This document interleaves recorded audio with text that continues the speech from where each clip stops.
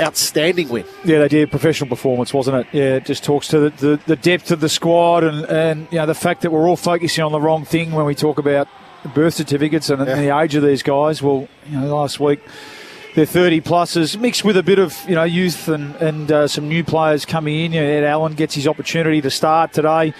Interesting with Lipinski starting on the bench. But again, that's the confidence they have in their squad and guys to be able to play the roles. Jack Crisp steps up last week in the absence of Pendlebury and behind the ball they cover for Maynard.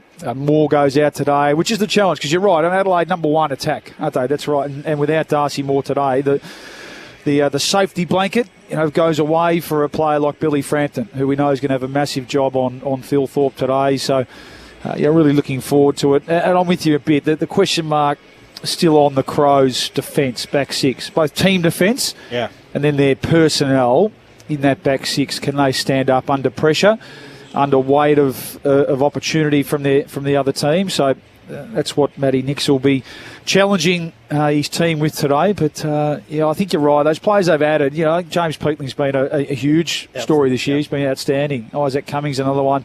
It's just meant that that you talk about teams' bottom sixes. For the Crows, they're not carrying guys anymore. There's some real integrity of selection. Brodie Smith can't find his way back into the team at the moment. The young top 10 draftee hasn't been able to Sid Draper. Hasn't been able to cement his spot in the team. So that talks to a really good, strong squad.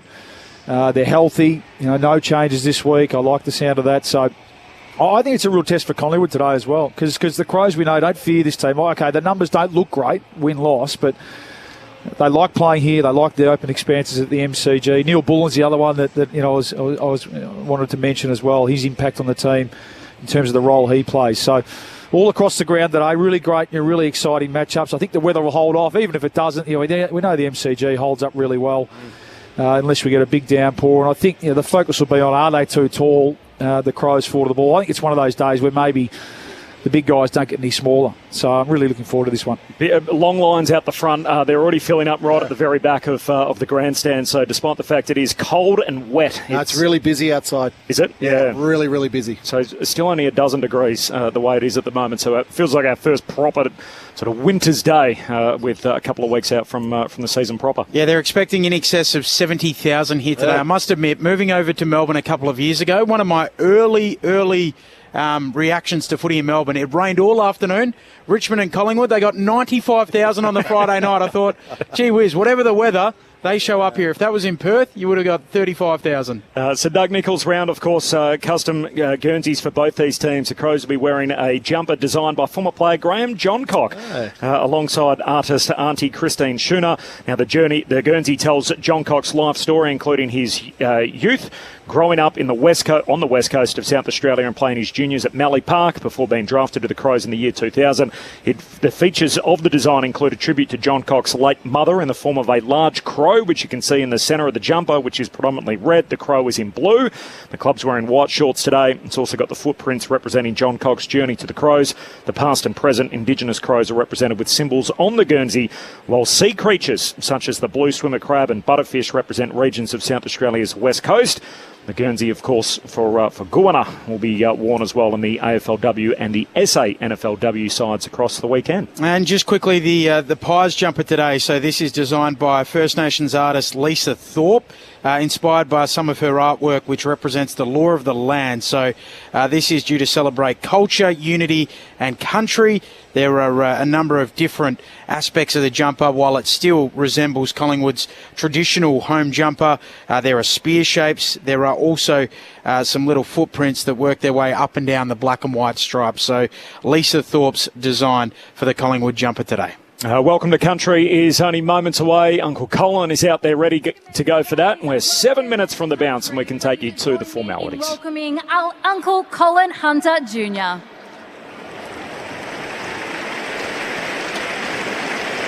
I want to start by acknowledging that this afternoon we are meeting on the lands of my ancestors, the Wurundjeri people. And I'd like to take this opportunity to pay my respects to my elders, both past, present and emerging, elders from all nations, but I particularly want to pay my respects to everyone gathered this afternoon. but I always like to acknowledge the Aboriginal and Torres Strait Islander people joining us. I'd like to acknowledge and pay my respects to them also. Wominjeka welcome. Wurundjeri Bullock, Yimakundi Bik. The Wurundjeri people welcome everyone to land today. Wurundjeri, no, Bunambor War, Kondi Nengnak, Dubin and Bik Bullock Bor Chilikan. The Wurundjeri people want to look after and protect the land as they did long before. Wurundjeri country extends from the inner city of Melbourne. It goes across the mountain to the Great Dividing Range, west to the Werribee River, south to the Mordialloc Creek and east to Mount Borbor. And the Wurundjeri people are part of the Kulin Nation and of the Wawong language group. And while on Wurundjeri country, you're welcome to the traditional lands and the waterways of the Wurundjeri people. So Wominjeka welcome, enjoy the game. Thank you. A big thank you, everyone, and enjoy the game.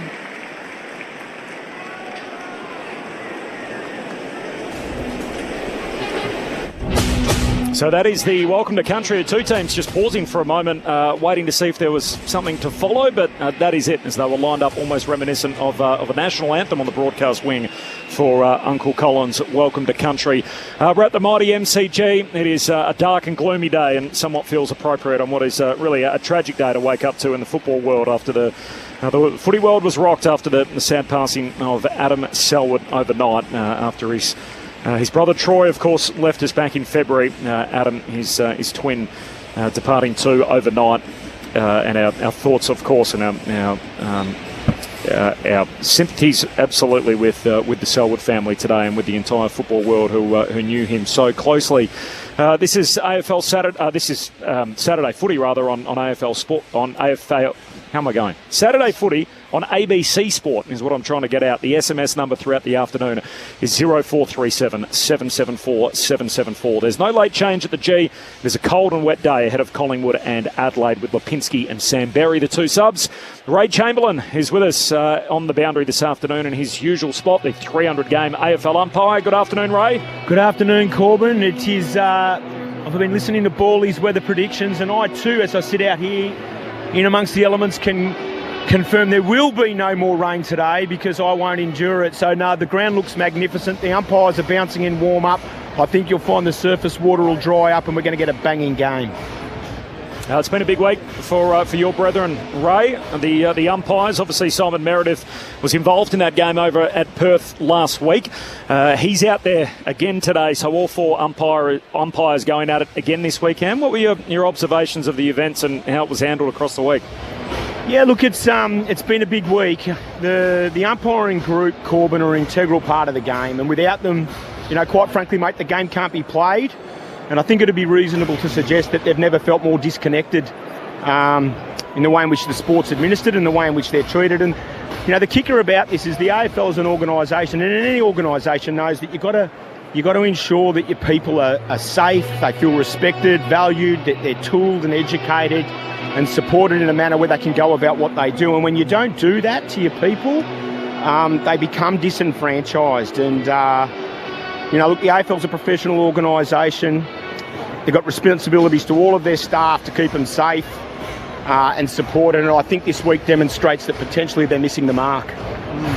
Do you think full-time umpires would help the situation, Ray? I absolutely believe that to elite performance requires a certain amount of time, resources, to be implemented and put in, week out, day out to provide elite performance. Now, people listening at home, they go full-time, that's 40-plus hours a week, right? That's the lens. Players have contact hours in the mid-20s at Clubland. That's sort of where it sits. And the umpires, whilst they don't have that level of contact hours in at the AFL, they do put in significant hours throughout the week. I do feel as though they need to be resourced, supported and remunerated in a manner that allows them to afford the time every week, every day to be the best that they can be. The game demands it, the game deserves it. Ray, appreciate your insights as always. We'll hear from you throughout the afternoon. Thanks very much, guys. We've got the coin toss coming up in just a moment. Braden Maynard is the skipper today in the absence of Darcy Moore, so the leadership responsibilities shared after Nick Dacos did it earlier in the year, and the three First Nations players involved in the game are also there for the exchange of gifts as well. So Bobby Hill for Collingwood, and of course Wayne Miller and Isaac Rankin for the Crows, and Jordan Dawson is there as well, their regular skipper. And Bobby Hill points towards the goals at the city end of the ground, so winning the toss and deciding to kick to the Ponsford stand end. Two players today in particular, both had hard tags last week, both nullified. Nick Dacos for the Pies, Jordan Dawson for the Crows. Do we see it again? And if so, who gets the big job? I'll start with Dacos, and I think maybe Saligo.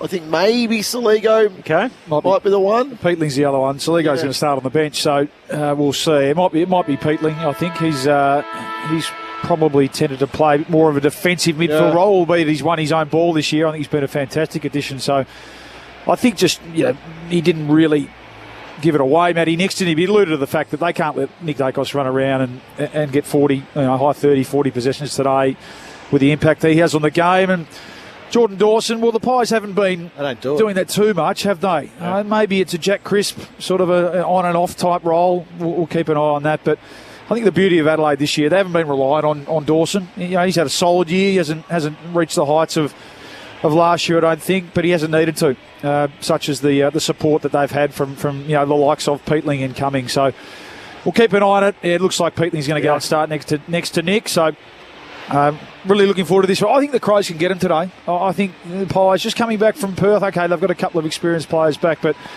I think they match up really well, and especially forward of the ball without Darcy Moore. I think maybe a bit of an emotional hedge, but I think the Crows are a close one for me. Crisp stands alongside Dawson. Peatling goes to Dacos, and we're ready to go. A test of the Crows' legitimacy. It is Guana, Adelaide up against Collingwood. Cameron and O'Brien, neither decisive. McCreary starting in the middle, hacks it forward there for the Pies into the attacking pocket. Back there, Butts runs it straight out, and the umpire says spin it in. Gee whiz, gathered it about 3 metres in from the boundary line. Love that from McCreary. No mucking around, just sink the slip into it early, take the yards. Ground will be a little bit greasy early on. Forward stoppage. Forward 50 stoppage here for the Pies. O'Brien wins the tap down. Side bottom gathers. Back pocket for the Pies. Handball to Sullivan. Forward pocket for the Pies. Handball to Sullivan to Elliott. Away towards Quaynor. Gives it off to Allen. Floats a kick to full forward. Getting back there, Dawson. The skipper for the Crows. He marks it full back. No score yet. We've played 45 seconds. Saturday footy on ABC Sport. Had only 14 last week with Miles Bergman for company in the showdown. The kick from Dawson up to the wing. Little fumble from Houston towards Pendlebury. Jams it forward for the Pies, but turns it over, and Dawson again has it. Of course, the last time Dan Houston played against Adelaide was the Isaac Rankin bump. Yeah, well, they need a bit of a lift from him too, the Pies. Dan Houston hasn't really found anywhere near his best form so far this year. Walra with the hand pass received, kicks down to Houston, who punches it away but can't clear it. Walker kicks it inside 50. Frampton knocks it back to the corridor. Dangerous ball collected by Nankervis. Courtney Allen tackle holding the ball. Free kick for Collingwood at centre half back. No score through the first 90 seconds. This is Saturday footy on ABC Sport. Ed Allen, the son of Ben, 98 games for the Hawks, 47 for the Fremantle Dockers as he kicks to the back pocket. And there is Houston. A few jeers from the Crows fans. Half-back flank. Kicks the red footy up towards the wing, and Keane again. He marks, he picks up where he left off with an intercept mark, and this time on the wing. A critical mark in the showdown last week. Sends the Crows inside 50, and Howe, intercept mark of his own, wins it back for the Pies. 40 out from their defensive goal. No score through the opening 2 minutes. How was that not 50 points? I think we had the same reaction. Jesus, Fogarty just decided to stand the mark, and yet he was about 3 metres over the mark, and not only that, locked up to the Collingwood player to slow him down, and Jeremy Howe. The umpire standing right on the spot didn't have an issue with it. Elliott off the back flank, kicks down the wing. No mark, spills down to Rankin. He's clipped high, and a free kick for the Crows here. Started in the centre bounce, Rankin, alongside McCreary, so two of those mid-forward type players getting some centre bounce time. Rankin down to half forward. Walker trying to mark from the back over the top of Houston. Can't do so. Close to the boundary line. Keys kept it alive momentarily, and then the hand pass from Sullivan ends up out of play anyway. Houston ran. And it can take a bit of time going to a new club, but suggestions this week that Collingwood's more chaotic style of game mightn't be as suited to Dan's more sort of control, kick mark type of game. Just keep an eye on it, but they need a lift from him today. Cameron and O'Brien. O'Brien, the big ruckman, tries to soccer it forward, trips on the ball, goes to ground, the ball spits out back boundary side, and it's not coming out of there. A ball up, and it might be one of those days in which we get a lot of these. Gee, it looked a bit awkward, didn't it? Slipping on the footy. The 2 metre tall ruckman going crashing down. Slightly uncoordinated as Sullivan emerges with the football. Gets a handball moving forward for the Pies. Membry over the top of it. Hatches an egg. Comes out. Nick Dacos. Gang tackled. Gets out a handball. Crisp for the Pies. Knocks it on. Pinched by Butts. He knocks it out to Peatling. Half-back flank here for Guana. That's the Crows. Gives it off to Dawson. Kick up to the wing. O'Brien gets a hand in. Loose footy on the logo. Still live. Socket away by Keys. Up over halfway, but Quaynor picks it off for the Maggies. Goes back towards Maynard. Hurried kick down the wing for Collingwood. Bouncing footy will turn out all right. Elliott collects 70 from home. Just doinks a kick inside 50, and Membry takes the mark right on the 50. Yeah, clever, wasn't it? You know you're in good form. You're seeing him okay. That ball cleared about 6 players into the hands of Jamie Elliott. Comes inboard to guess who? It's Dan Houston. No one stands the mark from outside 50. Houston's rocket is the first goal of the day. And a little reminder to the Adelaide faithful of just who he is. Dan Houston, the former Port Adelaide footballer, still in black and white, now at the Magpies. And it is Collingwood with the opener. 1 straight 6. Adelaide yet to score. 5 minutes in. Saturday footy on ABC Sport. Well, that's a little bit of confidence there. I think that Dan Houston obviously needs. So, we saw that so regularly at Port Adelaide, where he was able to sneak down and outside 50, really kick those long goals. So you can see his teammates there get around Dan Houston after that goal. And all you need sometimes is it's just a little bit of confidence.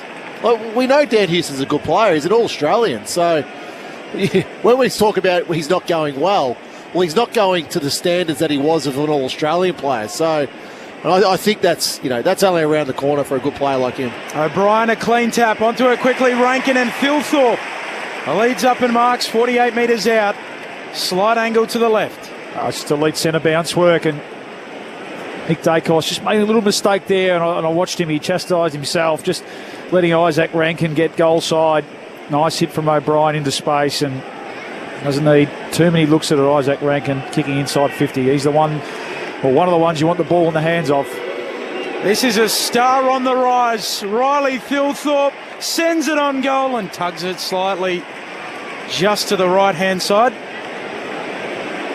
Minor score to begin for Adelaide. Collingwood 1 straight 6. Adelaide 1 behind. We've played 6 minutes. Opening term, Saturday footy on ABC Sport. Here we go. Corridor opens up as Howe goes long down the middle. Long spills the mark. Regathers. Hand pass over to Bobby Hill. He's out. Kicks deep into the forward line. Elliott takes the mark. And that is smooth transition footy from the kick out at fullback to a mark in the forward pocket for Collingwood. We're loving the set plays from kick-outs this year, aren't we? A lot of teams really trying to deploy some sort of tactic. It's terrific. Doing it effectively too. We know it's the least source of scoring, but that was brilliant. Elliott across the body. Misses near side or behind. 1-1 to 1 behind. 7 minutes in. Saturday footy on ABC Sport. Collingwood by 6. It's been really noticeable tactically, hasn't it? A lot of teams trying to employ, and a lot of the time it involves most players going to one side and opening up the corridor, and that was a magnificent kick to Long. Pies leading by a goal. Worrell with a long kick in the mark, taken by Thilthorpe. Comes infield with his kick for Dawson. Defensive point of the square. Gives it off to the running carrier. Kick up towards half forward. Unable to mark it there is Josh Dacos, and a free kick to be taken by Peatling. Peatling comes infield with his kick to Millerer. Middle of the MCG. He'll send it into the pocket looking for Walker. Howe jumps in front. Intercept marks again. And he'll move the Pies quickly out to the southern wing for Membry. Imagine we'll see a bit of that today with no Darcy Moore and being able to zone off and take some intercept marks. Jeremy Howers. Membry goes short to Hoskin Elliott. It's a very unusual crowd, by the way, so they're expecting 70,000. It feels very spaced out, so it's not like there's any one block that's really well populated and Your social distancing. Yeah, it does feel a bit like that, doesn't it, Ram? As the kick heads down the wing, spills down towards Allen, he coughs it up. Adelaide back with it, and then Curvis gives it to Millerer up over halfway. Fogarty punches it on from the Crows. Out to meet it, Keys, left it behind. Fogarty goes and gets it a second time and then breaks a would-be tackle. 70 from home, tumbles a kick inside 50. They all miss it. Thilthorpe heading up, and to mop it up is Houston. Handball dangerous. Turns it over. Walker knocks it down to Keys. He's clipped high. And a free kick for Ben Keys. 30 out, right half forward for the Crows. They've been a little bit careless in this first quarter, the Pies. That's their third head-high tackle against. So Crows just a little bit lower at the moment. So it's not concerning in terms of the result, but I think in terms of a technique. Don't want to give too many free kicks away for head-high tackles inside your defensive 50. Keys runs around to try and improve the angle. Got it skinny and doesn't score as Cameron marks on the behind line. So Collingwood still by 6 points. We are 9 minutes into the contest. Saturday footy on ABC Sport. Cameron on the last line. Sends it as long as he can towards big Mason Cox. He brings it to ground. Ed Allen Roves. Handball stolen. Rankin runs to 50. Likes the look of the sticks. And that is magic. Isaac Rankin pinches it and finishes it. Scores level. 1-1-7 apiece. 9.5 into the opening term. And who could forget the Saturday Arvo when they last met?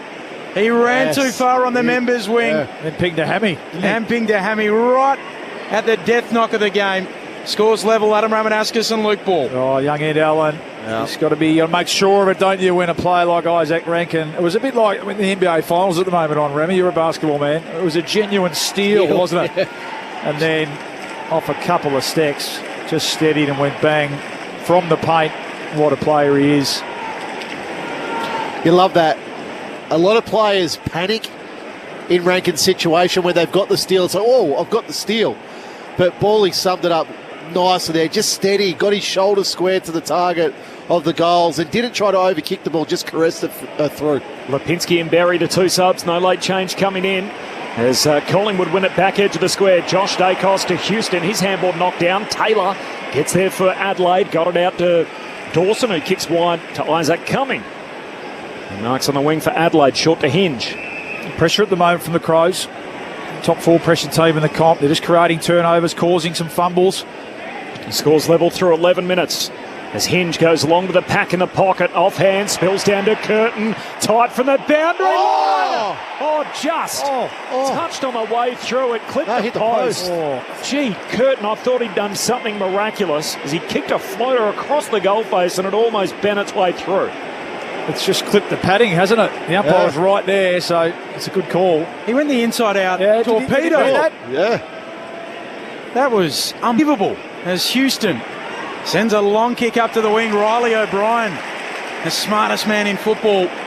4 degrees, he takes the mark. Gee, he claimed it too. Curtin had his hands in the air. Sends it back into the pocket here for the Crows. There's Curtin again, hands to it, doesn't mark. Side bottom Robes, Pies back pocket. Handball to Frampton to Josh Dacos, twisting, turning, clearing with the kick. Cox into the back of lead. Chris Broves, and he'll kick around the members' wing. Goes to Elliott, who's one out in the cage down there with Michael Annie. Michael Annie does very well, gets the con bounce. Has it for now, turns, kicks back down the wing. That's an ugly kick. Crisp onto it for Collingwood. Hand pass knocked down, and now a pack forms around him, and the ump says, I'll have it. Saw a tremendous running goal for Isaac Rankin. One of the behinds of the season so far from Curtin in the forward pocket. And now there's a free kick and a ruck infringement, which is our favourite thing to do in the game at the moment, is to pick one out in that scenario, and it's going to O'Brien's way. We'll have it at half back. Adelaide by a point. There's that miraculous Curtin behind 12 minutes in. Long kick down the wing. Spills off hands to Saligo. Handball out to Curtin, who's been busy early. The youngest Crow out there as he tumbles a kick inside 50 and it rolls out of play. Says insufficient intent. That kick probably travelled 60 metres, Rapper. He was against the boundary line himself trying to dang it down the line. So free kick for Collingwood, left half back. Adelaide by 1. Now with the kick back up to the wing. Cox goes up, lots of it. Not paid the mark. No, he is in the end. Mason Cox right beneath us, members' side of the ground. I want to go back to Ray in a moment around that ruck infringement rule and the insufficient intent. I don't know what the umpire is asking Dan Curtin to do there. He's under pressure going towards the boundary. He's kicked it to a contest inside his forward 50. Crisp wins the footy half forward, sweeping handball. Hoskin Elliott, swivel, snaps, goals. Collingwood at their best. And they're back in front. They lead it by 5 points. 2-1-13 plays 1-8. The Premiership Don and Premiership Pie, Adam Ramanauskas and Luke Ball. Oh, just something out of nothing, Ramo. That was brilliant from Jack Crisp, wasn't it? Again, we had Rankin stealing one at one end. This time it was Jack Crisp stealing it with the right hand, and then it was a 30-metre handball. Yeah. He looked up, saw Hoskin Elliott in space, and just flushed it with the left hand. And Hoskin Elliott good to capitalise. So well done, Jack Crisp, who was just magnificent last week. I thought him and Elliott got the Pies over the line. That's an unbelievable goal assist. Given it is Sir Doug Nicholls' round and we celebrate so many of our First Nations footballers, as Corbin always calls it, a sweeping polyfarmer handball, wasn't it, from Jack Crisp? Sure was. Certainly was. Second lead change in the game. Feels like we're in for a good one today. We had high hopes. We've had some highlights already, and we've only travelled 14 minutes. Saturday footy on ABC Sport. Quick kick out of the middle from the Crows. Bounces down to half forward. Oh, they all left it behind. Everyone ran on. No one went and got the footy. Perryman does that. Handball along the boundary line and then skidding through. Close to the line. Nankervis kept it alive. Perryman gets a second go. Kick swatted down. Jack Crisp goes darting through. And the AFL's Iron Man keeps it alive. Gave it to Nick Dacos. His hand pass knocked down. Some sockers it back in the other direction, but Pendlebury's there.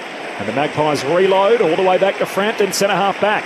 They try to switch. Frampton gives it off to Quaynor. Takes a couple of bounces. Runs to the logo. Overshoots Bobby Hill, but Miller goes to ground. The ball will tumble close to the line, and the umpire will say, spin it in. So Ray Chamberlain, going back to that earlier incident, what is the umpire asking Dan Curtin to do?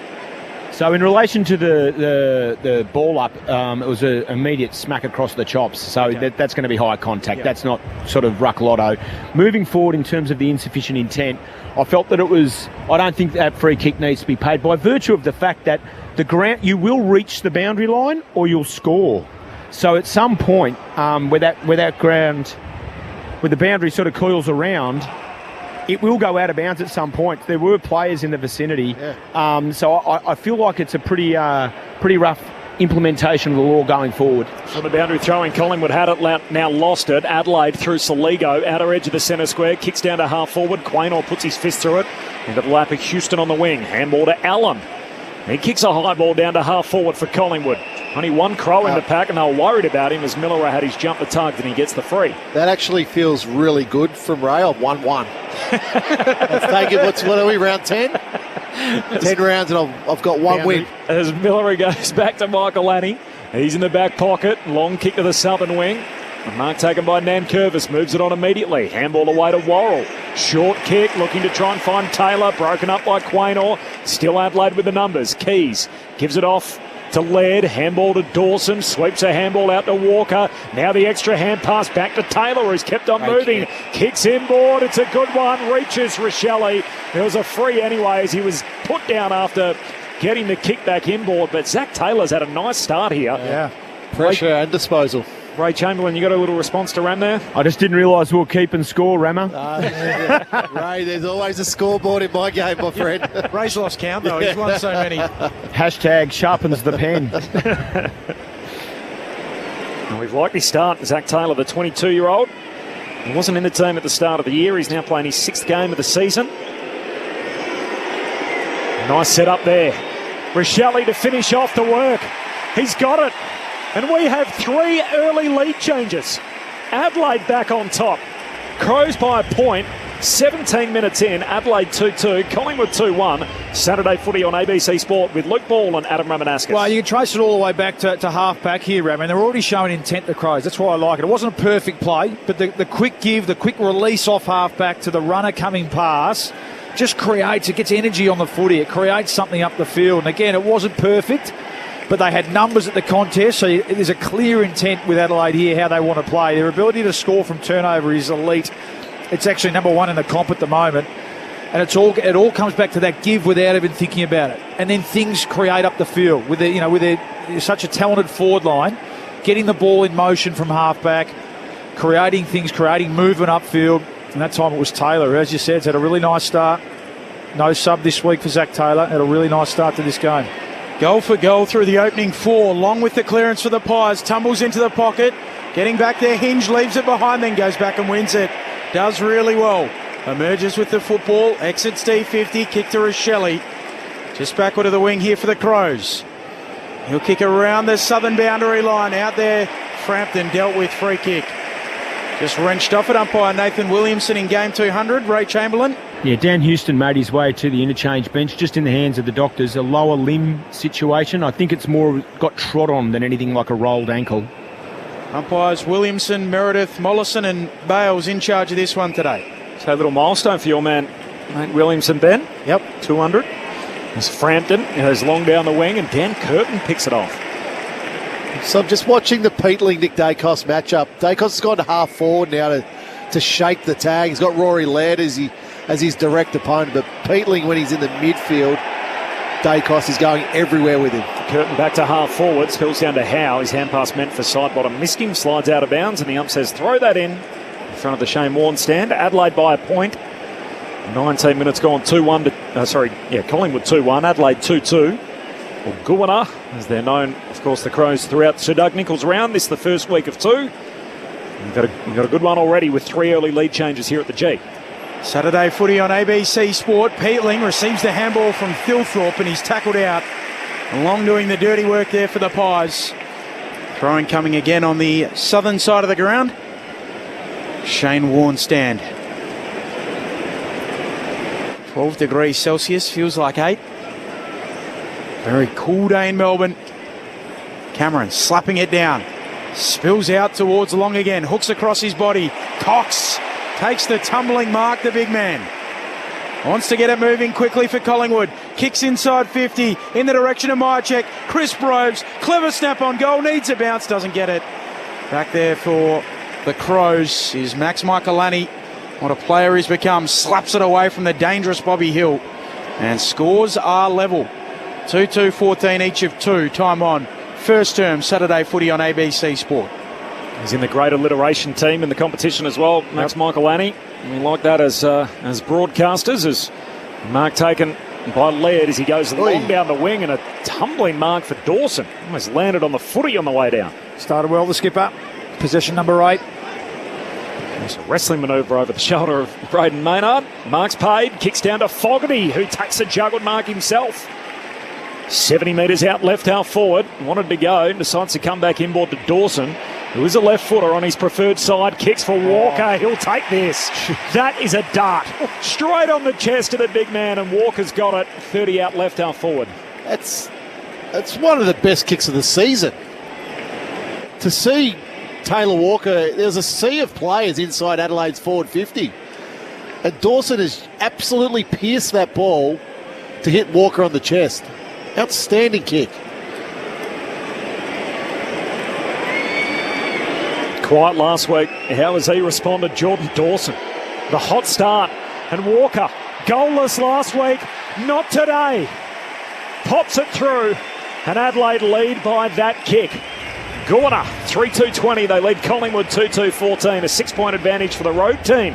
22 minutes in. Saturday footy on ABC Sport. Yeah, it was a beauty, wasn't it, Ramo? And you asked the question, Corey, before the game. The 2 trump cards in the middle of the ground. Nick Dacos, from Collingwood's point of view, slowish start. He spent a little bit of time forward. I'm not sure he's all 100% Dacos. He's limping around a bit. Yeah, it is. So that's a watch for mine. He's only had the 3 possessions, and the skipper on the other side. That's 9 possessions. Next best is 6. 180 metres gain, a couple of tackles, and 3 score involvements. So whether it's a tag or not, now's the time. You look down at these experienced Collingwood mids. Time to put a bit of attention into this star Crow captain. Just too big of an impact on the game at the moment.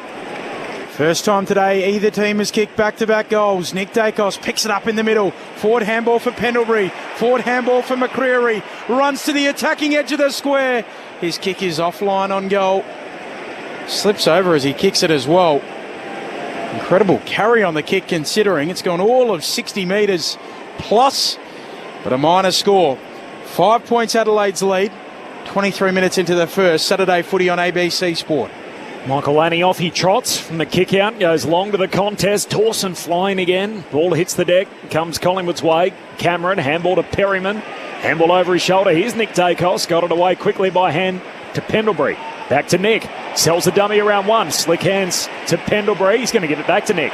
They're just waxing here through traffic. Handball missed at McCreary. Collingwood good enough to mop it up. He got it back from Long. McCreary breaking through tackles. The ump said, you've had long enough. It's holding the ball. Well, they were waxing called because Adelaide had numbers back. They had one-on-ones all inside their forward 50, but Adelaide then had 3 players sitting back by themselves inside Collingwood's forward 50. Short kick to Rochelle, who turns and kicks up to the wing. Thilthorpe runs underneath it out the back. Maynard there for Collingwood. Oh. Handball back into the corridor. Perriman slaps it on, goes and gets it. Handball to Josh Dacos. Sweeping handball for Allen. Attacks the footy, doesn't gather it. Out of play it goes, throwing on the wing. What have you made of the McCreary look in the midfield? I don't mind it. It's simply makes it more dynamic. It's a burst. It's real speed and power. Yep. Is it particularly with Geordie De Goey out at the moment? Yep. Yeah, it's that sort of role. That's spot on. Well done, Ben. Thank you. You're actually seeing the game quite well lately. Been down at training as well. I've become a track watcher. Cameron palms it down. Knocks back on by Curtin in the other direction to Peatling's advantage to Rochelle. Adelaide with it, sweeping hand pass to half forward. Perryman throws his body out at Long, wins it. Handball away to Josh Dacos, kicks to centre half forward. Laird leaves his man, breaks it up from Myercheck. Myercheck good enough to paddle it on to Bobby Hill. Always dangerous, 55 out, kicks to full forward. Membry clears out butts and takes the mark. Full forward for Collingwood. He can chuck it over from about 12 out. Yeah, and they get to Harry Perryman here at half back. That was just he just went harder, lower and harder, created the collision, which led to the turnover. And there was a beautiful kick from Josh Dacos, who's shaped to go wide, hooked it back over his body. Great contest from Brody Myercheck back into the team. And a bit of magic from Bobby Hill creates the scoring opportunity for Tim Membry. Just as Adelaide looked like they were starting to take over, Membry with a momentum shifter. And it's a go-ahead goal. 4 lead changes already. And this game has been everything we wanted it to be so far. We are 25 minutes in. It's Collingwood by a point, 3-3 to 3-2. Saturday footy on ABC Sport with Bawley and Rammer.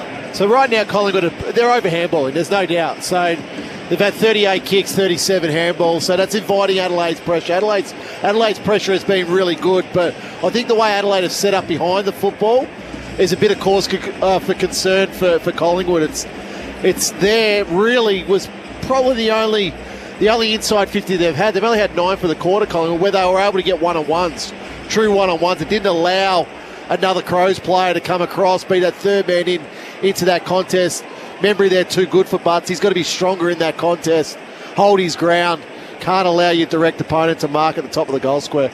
Thoughts of Adam Ramanauskas. He's alongside Luke Ball, back in the middle. O'Brien hooks it down. Saligo can't gather it. Sullivan knocks it out. Elliott in there for the Pies. Handball away to Perryman. Kicks from the back of the logo up towards Nick Dacos. Hinge, a diving spoil. You love to see it. Desperation, he punches it out. Throwing coming between wing and half forward here for the Pies. Yeah, Jamie Elliott this time pinching in the centre bounce. I think with Dacos spending a bit more time forward, we'll see a bit of that. McCreary, Elliott, these explosive type players taking the centre bounce and then pushing forward. Both been effective so far. Over 70,000 in the house. Umpire flings it in. O'Brien taps it back boundary side. Out after it is Rankin. We'll do it again. What about Riley O'Brien? 4 degrees. Spoke during the week, his favourite Pope, Gregory VII. He reformed the church. He's a different kind of cat, Riley O'Brien, isn't he? Well, maybe to you, Ben, but that's pretty sort of normal. He might say the same about you. Exactly. Yeah. Different for a footballer? Don't be so stereotypical. It'd be right if he said I was a different cat. That's fine. O'Brien wins it down to Crisp. Handball away to Josh Dacos. So Collingwood inside the forward 50 to spot the hit-out win. As the ball spills off the pack to Laird. Handball to Millerer. Kicks out of defence. One bounce. And then to Cameron, who keeps it in. 70 out from goal. Hand pass to Josh Dacos. Collingwood reload back inside 50. Punched away by Cumming. He hasn't quite killed it. Bobby through. Kicks it out of mid-air for a goal. He lights up the MCG again. And that ball just wasn't killed enough. And you give Bobby Hill a sniff and he's all over it. Collingwood by 7 points, 4-3 to 3-2. 28 gone opening term. Hill with his first of the day. Saturday footy on ABC Sport. That's a long way to spoil the ball. I think we're where this kick comes in from Josh Dacos inside forward 50. The Crows look good there.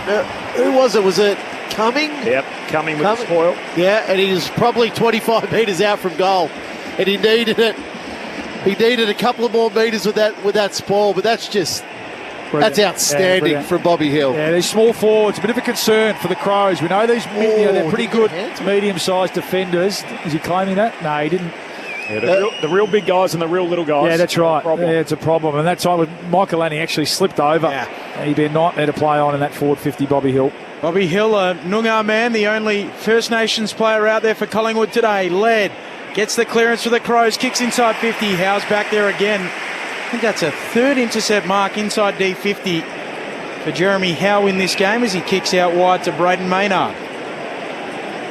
Just sharpen up a bit, Rami. Your point around, they were just a bit handball happy early, Collingwood. And this is a serious pressure team. So the last couple, Josh Dacos, a lot more direct, take the yards, long to a contest. Maynard with the contest, kick up to the wing. Nick Dacos falls on top of the ball and ball up. And the reality of that is, if Adelaide are the number one pressure team in the competition, don't handball. Because that's how they want the game. That's how Adelaide want the game to play. Kick the ball. Both rucks miss it. Riley O'Brien just tugs down Darcy Cameron. Free kick to Collingwood. Right beneath us. Collingwood by 7 points. Saturday footy on ABC Sport. 29 minutes into the first. Cameron goes wide to Josh Dacos in front of the benches. Now a long contest kick to half forward for Collingwood. They come from all directions. No mark for Dawson. Spills off hands to Jamie Elliott. Wrestles free of the Miller tackle. Gives it to Sullivan. Kicks inside 50, but Hinge picks it off. Marks at fullback for the Crows. Of course, the last 4 games between these two teams all decided by under a goal. So despite the fact Adelaide are winless in their last 10, that includes a draw and a handful of games by close margins. Hoping to try and break that today at the G. As Laird kicks down the wing. The waning moments of the opening turn. Ball spills off the pack to Josh Dacos. Handball to Allen. Handball to half forward for McCreary. He steps his way around Laird. Handball to Crisp. Caught. Ball comes out in the tackle. The ump says holding the ball. And it'll be a free kick for Adelaide. And now 50 is Nick Dacos. That will give them one chance. There's 8 seconds remaining in this quarter. So if this ball goes inside forward 50, a big pack mark they'd expect. It's Dawson too, so he can get it there. I think kick the ball away. So seconds tick down. 4, 3, 2. Is there time? Hinge inside the forward 50. The answer is no. Why did the clock start? The clock only should have started when Dawson handballed the ball. That's play on. That's the umpire according to move. You got an answer for us on that, Ray? Yeah, the clock will start as soon as the umpire blows the on when he set the mark after the 50 metres been implemented. Right. 7-point lead for Collingwood. It's been a cracking opening term. What is a cold and wet day in Melbourne. It hasn't rained so far since play's begun, which is good news, but this threatening grey veil hangs over the MCG with the floodlights on and the temperature just a dozen degrees. Our first real wintry day, it must be said. Yesterday was 17 degrees and clear, and we've been pretty lucky throughout the fall so far. Collingwood by 7, 4 lead changes. The goal kickers, 1 for Houston, Hill, Membry and Hoskin Elliott. Meanwhile, for Adelaide, singles for Rochelle, Walker and Rankin. Your thoughts on the SMS? Laurel in sunny Rushworth says, good afternoon, team. All settled in, ready for the usual Saturday calls, especially my Cats tonight. Good calling. Thanks, Laurel. Of course, there's 2 games in the twilight today, which is a little unusual. So that'll be Port Adelaide and Geelong coming up next. At the same time, GWS play Fremantle. And then tonight, a standalone Saturday night game, which features the Western Bulldogs and Essendon under the roof at Docklands. From Matt in Tassie, the AFL wants the last touch out of bounds rule to be a free kick for the opposing team, so just introduce it and the players will adjust. The AFL just needs to make it official. Of course, we do have that in the SANFL and in the AFLW competition, but not in the state leagues in the other states, and of course here at AFL level. More of your thoughts coming up off the SMS, and we'll hear from Bawley and Rammer as well. A cracking game so far. Collingwood by 7 at quarter time. This is Saturday footy on ABC Sport. There was something very different about this federal election. There are concerns about the impact AI could have on young voters. So, what can we do about it? If You're Listening presents Australia versus the Internet. Find the podcast on the ABC Listen app. This is the Sir Doug Nicholls Round. On your radio, Sport Digital and the ABC Listen app. Elliott collects 70 from home, just joints a kick inside 50, and Membry takes the mark right on the 50. Comes inboard to guess who? It's Dan Houston. No one stands the mark from outside 50. Houston's rocket is the first goal of the day. Cameron on the last line. Sends it as long as he can towards big Mason Cox. He brings it to ground at Alan Rose. Handball stolen. Rankin runs to 50. Likes the look of the sticks. And that is magic. Isaac Rankin. Crisp wins the footy half forward. Sweeping handball. Hoskin Elliott. Swivel snaps. Goals. Collingwood at their best. Cameron, who keeps it in, 70 out from goal. And pass to Josh Dacos. Collingwood reload back inside 50. Punched away by Cumming. He hasn't quite killed it. Bobby through. Kicks it out of midair for a goal. He lights up the MCG again. The 2025 Sir Doug Nicholls Round. On your radio. ABC Sport Digital. And on the ABC Listen app. Saturday footy on ABC Sport. Corbin Middlemass, Ben Cameron, Ray Chamberlain on the boundary, and our premiership pair, Adam Ramanauskas and Luke Ball. The Magpies by 7 points at quarter time. Well, Really, a terrific quarter of football. We had a number of lead changes in that quarter, so yeah, it all suggests a really good game, a really tight game of football today. The conditions now are fine. It's cold, but the conditions are terrific. There's no rain around at the minute, so conditions are fine, and the G dries out really quickly, so no excuses for both teams. The Peterling-Dacos matchup's really interesting one. Dacos is clearly hampered by that hip injury at the moment, so he ended up with the 7, but 1 kick, 6 handballs. So we know Dacos does his most damage by foot, albeit champion data don't think that at the moment, so they've got him as the 10th worst kick in the competition. Which, if I can just jump in there, we had Matty Nix on AFL Saturday, and he said, look, we're going to worry about his score involvement and the damage, so correct. He'd be very happy, I think, with that. Yeah, and so what Dacos is then trying to do is go to half forward to really break that tag. Okay, you know what, Peterlee, if you want to tag, no dramas, but come with me forward. But to Adelaide's credit, they're holding their back 6, so he then gets handed over to, it was a Mitch Hinge in that quarter, and I thought they really kept him out of the game. For the Crows, Dawson was terrific that quarter. He's had the 11, but it's just his ball use, particularly that one to Taylor Walker going inside forward 50. Collingwood need to change their mode at the moment. They're handball happy. 48 kicks, 44 handballs. Bally mentioned the pressure that Adelaide apply as the number one pressure team in the competition. Collingwood need to use their feet more in this second quarter. Yeah, I thought about the 20-minute mark when you made that call, Ramo. It was spot on. They were a bit handball happy and just inviting the pressure in. Picture even Rankin, picking one off and kicking the goal, and number one team from scoring from turnovers. So I just thought they were playing Adelaide's hands a little bit, and the conditions not really conducive for that, are they, today, being a little bit greasy. So I thought there was a noticeable shift in that last 5 or 6 minutes. It was led by Josh Dacos, I thought, across half-back, who we know is their go-to man, their quarterback. They love the ball in his hands, and he had 8 possessions and pumped the ball inside 54 times. So I thought, I thought there was a noticeable shift from their senior players, led by Josh, that, okay, we understand we're just flicking around, being a little bit flippant with the footy, inviting some pressure. Let's take our yards and get it forward. Get a contest from Myercheck and Cox and the other forwards, and then let the Hill and Elliott, Hoskin Elliott, get to work at ground level. And I thought that was where they really turned it around. Middle of the ground, bit of a pretty even battle. Both teams have looked dangerous out of centre bounce and have been able to generate scoring opportunities out of centre bounce. Probably for the Crows, Dawson's been the standout. He needs some help. So it's Saligo 3 possessions. It's Rankin 3 possessions. He needs a few others to jump on board through that middle of the ground. Thoughts of Luke Ball and Adam Ramanauskas. It is Collingwood by 7 points as we start the second term. The Rucks share it down and Rankin grabs it. Kicks it inside the forward 50, but Frampton, former Crow, former Port Adelaide footballer, now premiership pie, kicks it back down the wing, never broke stride. Now there's another whistle here on the play, as it's going to be an Adelaide free kick. It's an illegal shove into the back of Wayne Millerer by Bobby Hill.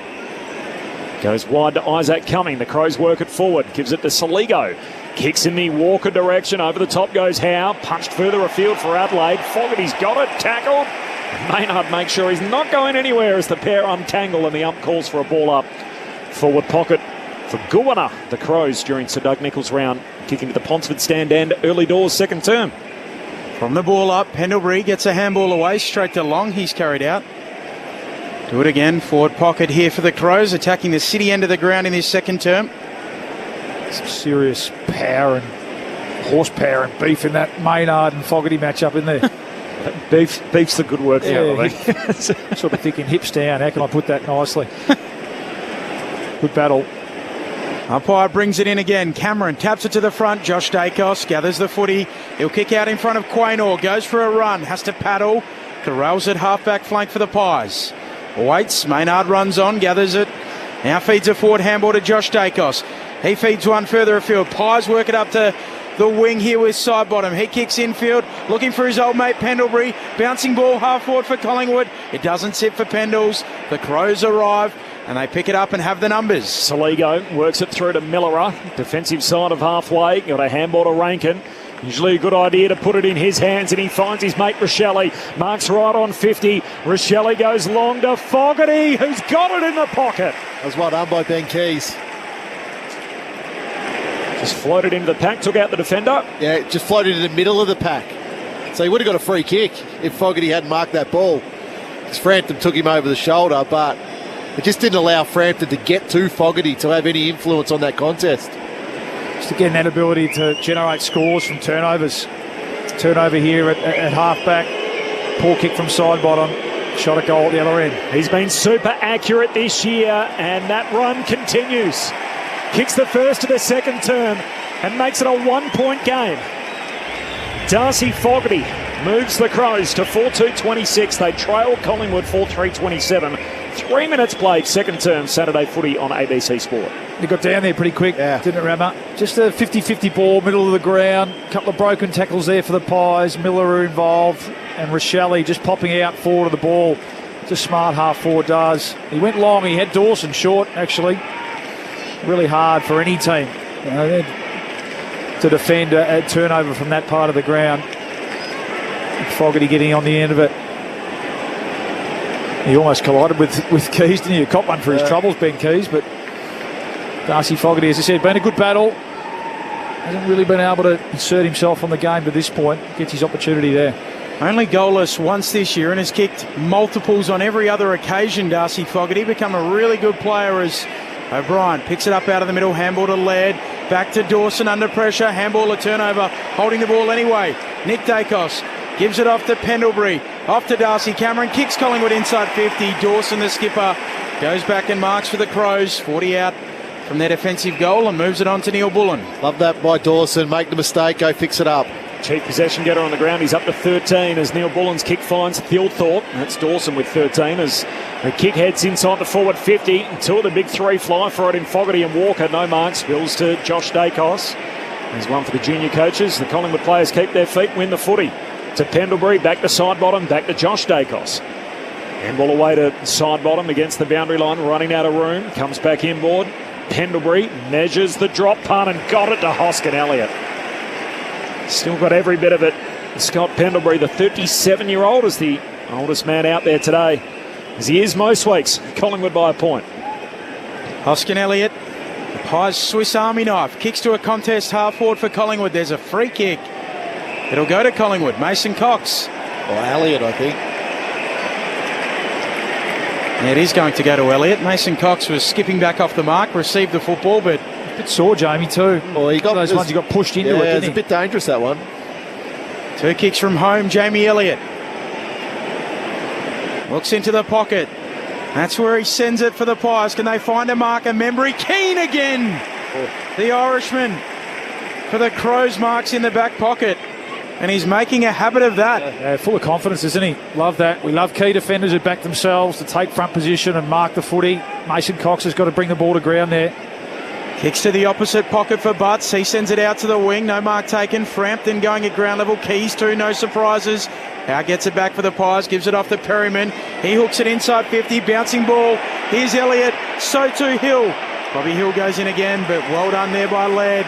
Wins it for the Crows and they should clear. Coming. Handball away towards Michael Lanny. Hand pass against the boundary line to Rankin. Heavy tackle. But it was over the shoulder from Jeremy Howe and a free kick for Rankin. Another one. That's their fourth. I think that one's hurt Rankin a little bit as well. Right in the back of his neck. Does you only have it back of your neck, do you? He's holding his neck. No, I think just looking at the replay, I think that was from an earlier one. Prior collision with the teammate, Benny Keys. He's on a bit of a warpath out there at the moment, Benny Keys. Short to Neil Bullen, the only premiership player on Adelaide's list. As he kicks down to half forward, O'Brien whacks it back inboard. Picked up by Peatling, spun around. Hand pass only goes as far as Sullivan. He's tackled and held up by O'Brien. A ball up on the wing. Ray Chamberlain. Yeah, Dan Houston, that right lower leg heavily strapped. He's actually standing next to the bike and just one leg, the one that's obviously injured, he's moving, trying to keep that blood flow, keeping it warm. Keep an eye on that one. Sounds like a bad corky, doesn't it? Cork calf. Yep. They're tricky. Jamie Elliott in trouble here too. He's got a blood rule, so after copping that knock in the head, a little bit of claret just trickling down the side of his face. And he'll trot off, and Brody Myercheck runs on. It was an elbow from Mason Cox that it was actually cut open his head. Just clumsy big men, aren't they? Suckered forward there by the Crows towards half forward, but picked up half back for the Pies by Josh Dacos. Handball for Sullivan, right there with him, Rankin. Out of play, it goes on the wing. It's funny, we all had those teammates that for whatever reason they'll run into you or... It was yours. And it's just like... Mark Johnson used to run into me a lot. Cozzy was mine. Cozzy knocked me out, broke my nose. Tore my hamstring once. I reckon Cozzy was responsible for me missing about 20 games. Love him. From the ball up on the wing, kick from Cameron back to the outer corridor. No mark for Nick Dacos. Miller had it, lost it, and the McCreary tackle. Back to Nick Dacos. Hand pass inside 50. Says keep it rolling. Back in the corridor. He's Peatling. Kicks it across the ground. Found Fogarty. They should get this here, Collingwood. Broken up by Maynard numbers with the Pies at half forward. Quaynor gives it to Crisp. Now to the 50-metre arc. Hand pass to Maynard. Shoots to the goal square. Trying to find Myercheck. Is he getting a free? No. Picked up by Butts. Tackled by Membry. Taken to ground. And the ump says I'll have it. Close, wasn't it? Yeah, it's clearly over the shoulder. Just a little bit out of sorts, Myercheck. Obviously, he didn't play last week. He's competing and presenting well. Just can't get his hands to stick yet. Hasn't touched the footy. Pies by a point. Great game of footy. Forward 50 stoppage here for the Pies. O'Brien brings it down. Myercheck steals it. Can't get a kick away. Hill comes through. Sockers it forward. Keane's back there. Dumps it on the left boot. Kick. Turnover. Mark for Perryman. 45 metres out. 30-degree angle. Wants to chip it into the pocket. Pendlebury. He accepts it. Close to the boundary line. 5 metres in. 30 metres out. Tight angle. Right side for the left footer though. I don't see Pendlebury having many set shots. No. Is that a better option than where Perryman was, 45 out, right half forward? Could have been kicking from 50. Harry was right on fairly his journey. Skilled. He's going to go the straight kick, not round the corner. This is virtually the Dom Sheed kick. From the same pocket, Pendles misses to the right-hand side. Sorry to Collingwood fans everywhere. Collingwood by 2 points, 9 minutes into the second term. Saturday footy on ABC Sport. It's also the long end of the G as well. Brett Delidio's theory that the balls carry a bit further at the city end than they do at the punt road end. So if there's a longer end and a shorter end, this is the longer end. As Butts marks the kick out, goes wide to the pocket for Michael Annie. Against the boundary line, heads to Nankervis. Sprawling mark just at half back. Adelaide with it, Collingwood with a 2-point lead, 10 minutes into the second term. Saturday footy, ABC Sport. Turnover, Maynard wins it back on the wing. 1-2 with Houston. Now lifts a handball to Crisp. Sends it down to half forward for Hoskin Elliott. Comes back inboard. Sullivan to Nick Dacos, all by hand to Houston. He's 55 out. Just lays it up to the top of the goal square. Keane puts his fist through it rather than marking into the lap of side bottom and immediately is tackled. And the ump says, I'll have it. 25 out from the Collingwood goal at the punt road end. Again, just one too many handballs there from the Pies. Thought they had a couple of players out. Might have been Sullivan who could have kept going forward and found a loose. 20 out from the Pies goal. O'Brien wins the tap down. Peatling gets it off to Laird. Laird tumbles it beyond defensive 50. Allen wins it back there for the Pies. Kicks into the pocket. Looking for McCreary. McCreary somehow. Laird had a fresh area on the spoil attempt. And Beau McCreary marks hard up against the boundary line. 35 out, right forward pocket. That's the risk with Rory Laird playing in defence. And that's really a simple spoil there. The ball should have been over the line and a throw in. It's been a good little patch though, hasn't it? Like the last 5 inside 50s here for the Pies. Haven't been able to get any bang for their buck yet though. McCreery with the drop punt. It's across the face and punched through. Worrell on the last line for the Crows. Double fists it through. Collingwood's lead extends out to 3 points, 11 played in this second term. Saturday footy on ABC Sport. Yeah, holding up well, this Crows defence. Just need to see if they can maintain a bit of possession here, give their backs a bit of a breather. It's been a tough 5 minutes. Millera takes some ground and then goes long to Nankervis, and marks at half back. 3-point advantage for Collingwood. Nankervis kicks down the wing, punched away by Frampton. Into the fence, down in front of Ray Chamberlain. Hello, Ray. G'day, guys. Yeah, no, most definitely that's City end. I'm not going to get tied up in Delid's theory about longer ends, but it's definitely the ball's travelling on the breeze that way. There you go. Boundary throw-in.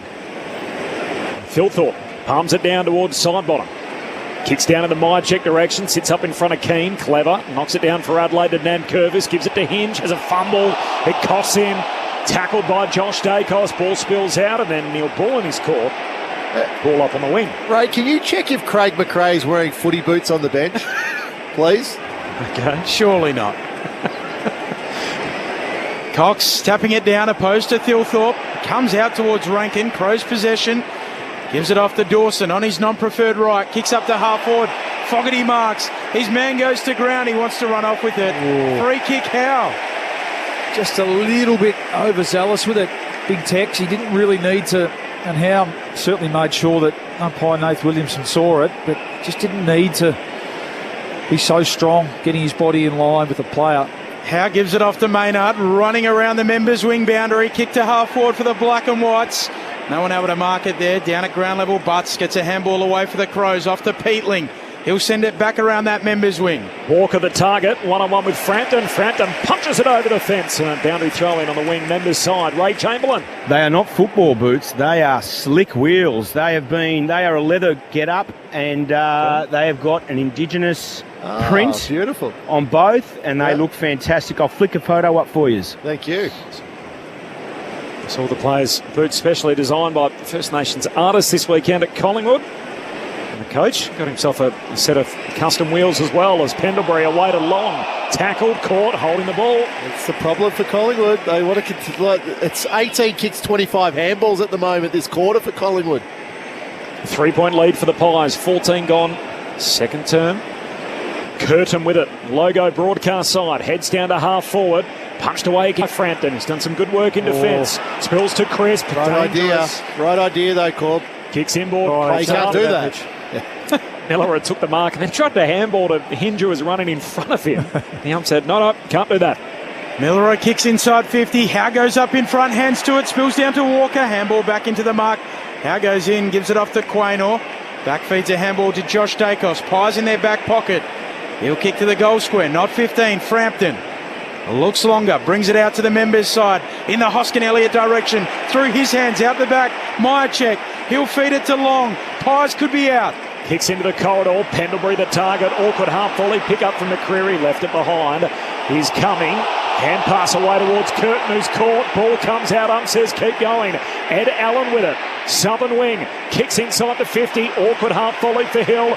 Bounces over his head. Myercheck collects. Shakes a tackle. Handball missed his intended target. Collingwood still a chance. Here's Long. Centre half forward. Gives it to Pendlebury. Kicks wide for Crisp. Short ball further forward and finds Hill, who marks 25 out. Left half forward for Collingwood. It was an interesting way to get there. That is ridiculous by Scott Pendlebury. To have that vision, because there was a mess. There was a mess inside Collingwood's forward 50. It's hard work at the moment. And it took a 400 gamer to go in there and sort it out. And he just saw Jack Crisp at the corner of his eye. It was like a check side wider inside the forward 50. Outstanding. After 12 minutes in the game without a goal, Bobby Hill shooting here. He's offline and misses. Had 7 goals in the opening term, 1 to start the quarter, and now we've gone 12 minutes plus without one. Collingwood by 4 points, 4-6 to 4-2. Little dry spell in the game. Worrell with the long kick. Walker marks. Crows quickly down the Great Southern Stand wing. Kick up to half forward. No mark there apart from Houston. He spoilt it to himself. Comes down with the footy, slaps it up into the air and then marks it. It was a big one-on-one win. Yeah, Jonty Rhodes like. Outnumbered too. Dawson at the fall, ready to mop up the crumbs. So big win there for Houston. Move it to Quain of the Pies. His kick a turnover. Thilthorpe gathers there for Adelaide. Kicks towards Rankin. Half forward flank. Quainor gets back. Halves the contest. Goes again at ground level. Then wins it. Handball for Frampton. Handball to side bottom.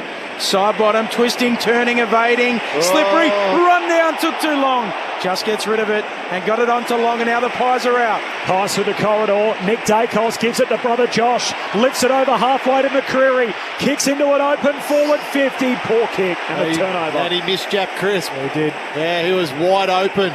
Keane takes the intercept mark. Short to Neil Bullen. Adelaide back the other way. They're out here. A lot of tired players. A lot of continuous footy as Peitling receives it. Kicks long to Fogarty. Fogarty heads for home. It's a good option. It's a goal for Fogarty. His second, and the game has its fifth lead change. Adelaide by 2 points. 17 minutes gone, second term. 5-2 to 4-6. I mentioned we had a long time without a goal. We had a long time without a stoppage. And in the end, the run breaks on the boot of Darcy Fogarty. Saturday footy on ABC Sport. Well, it just becomes who can execute then, doesn't it, Rammer? And they've got them a bit spooked at the moment, the Crows, with their pressure. Both Dacos boys running through the middle of the ground. It was McCreary, who you're right, he had Jack Crisp in the open side in mountains of space. He had the tunnel vision on, and Mark Keane was there to turn the ball over, and then, didn't get the other end very quick, didn't it? And there's players, there's hands on here, and knees everywhere. It's been a taxing 17 minutes or 15 minutes of footy this, up and back. Crows, number one team, we keep saying it, scoring from the turnover. That time it was Fogarty, I'm not sure. Did he go for goal? He might have he did. Upped it. Yeah, he did. Beautiful finish in the end. Had players free inside 50 as well. So, yeah, they've just got them a bit spooked at the moment with their pressure, the Crows. Just got a little gloomy at the MCG as well. Just wonder whether it's about to rain as from the restart, Rochelle looking to pick it up. Nowhere to go, another ball upcoming. You got a little lighter meter like the cricket umpires. Jim built from the Summers of cricket. O'Brien cuts it down, and it would be a great test of character for Ray if it did rain. We've had some boundary riders in the past years that as soon as it's rained, they've made their way straight back up to the box. Yes. So it'll be a great show of character, Ray. No heroes on the boundary, Ray. Keep yourself warm as Curtin sends the Crows inside 50, and Thilthorpe wide out. Left half forward, wheels and goes, eyes the goals towards full forward. Fogarty! Great hands. It's quickly turning into his quarter. He marks alongside the behind post. And he'll go back and look at his third. The 2-on-1 there. Quainor and side bottom. With the big frame of Fogarty there, big hands. Takes that strong mark. He'll step out, snap on the left, and miss the lot. Not quite his term just yet. No, poor result there. He can do this though, can't he? The Fog. He can really explode. We've seen him kick 3 and 4 and a quarter already this year. He's kicked 23 goals 4 this year, so the fact he's missed everything means that at least that record still looks nice and neat. No score on this occasion for Darcy Fogarty. Collingwood try to clear to the wing. Adelaide win it back. Laird to Saligo. Bounces the ball down to half forward. Josh Dacos picks it off. Kicks a running barrel back down the wing. Didn't quite hit it. Membry and Worrell. Membry wins the footy. Kicks inside 50 for Collingwood. Myercheck. Hinge breaks it up. Ball hits the deck. Elliott's there where he should be. Gives it to Long. Handball to side bottom. The ageless one. Side bottom goals. And Collingwood take the lead straight back. Lead change number 6. Pies by 4 points. 5-6-36. Adelaide 5-2-32. As we tick into time on in the second term. Saturday footy on ABC Sport. Oh, you love that run. Well, still side bottom. So he started through half back. Yeah, it's just pure gut running. You're looking at, so they turn the ball over. Josh Dacos with a barrel. Well, what we thought was a barrel, and that just causes a little bit of chaos. I think Membry probably got away with a little push there. It's a great contest by Myercheck. Just to force that ball, Elliott, little handball, Long, another little handball, then Sidebottom's able to finish it. But you watch Sidebottom in the run. He's ran 120 metres to kick that goal, and Now, any young footballer watching it, that's what work rate is all about. Vintage side bottom. It's a classic fat side wing play, isn't it? He was in line with Dacos, wasn't he? With Day at half back. And he bobs up and kicks the goal. Much needed goal, it must be said, for Collingwood this quarter. Closing in on 200 goals in the AFL as well. 2 away from that. Cameron taps it down. McCreary paddles it on. Riley O'Brien, the big ruckman, tracking back, wins it. Nick Dacos worries them out of it. Loose footy inside 50. Dacos picks it up, gives it off to Long. Here's Crisp, and that is Collingwood. Knock on Sir John, goal. Out by 10 points. 6-6-42, plays 5-2-32. 21 minutes into the second. Adam Ramanauskas and Luke Ball.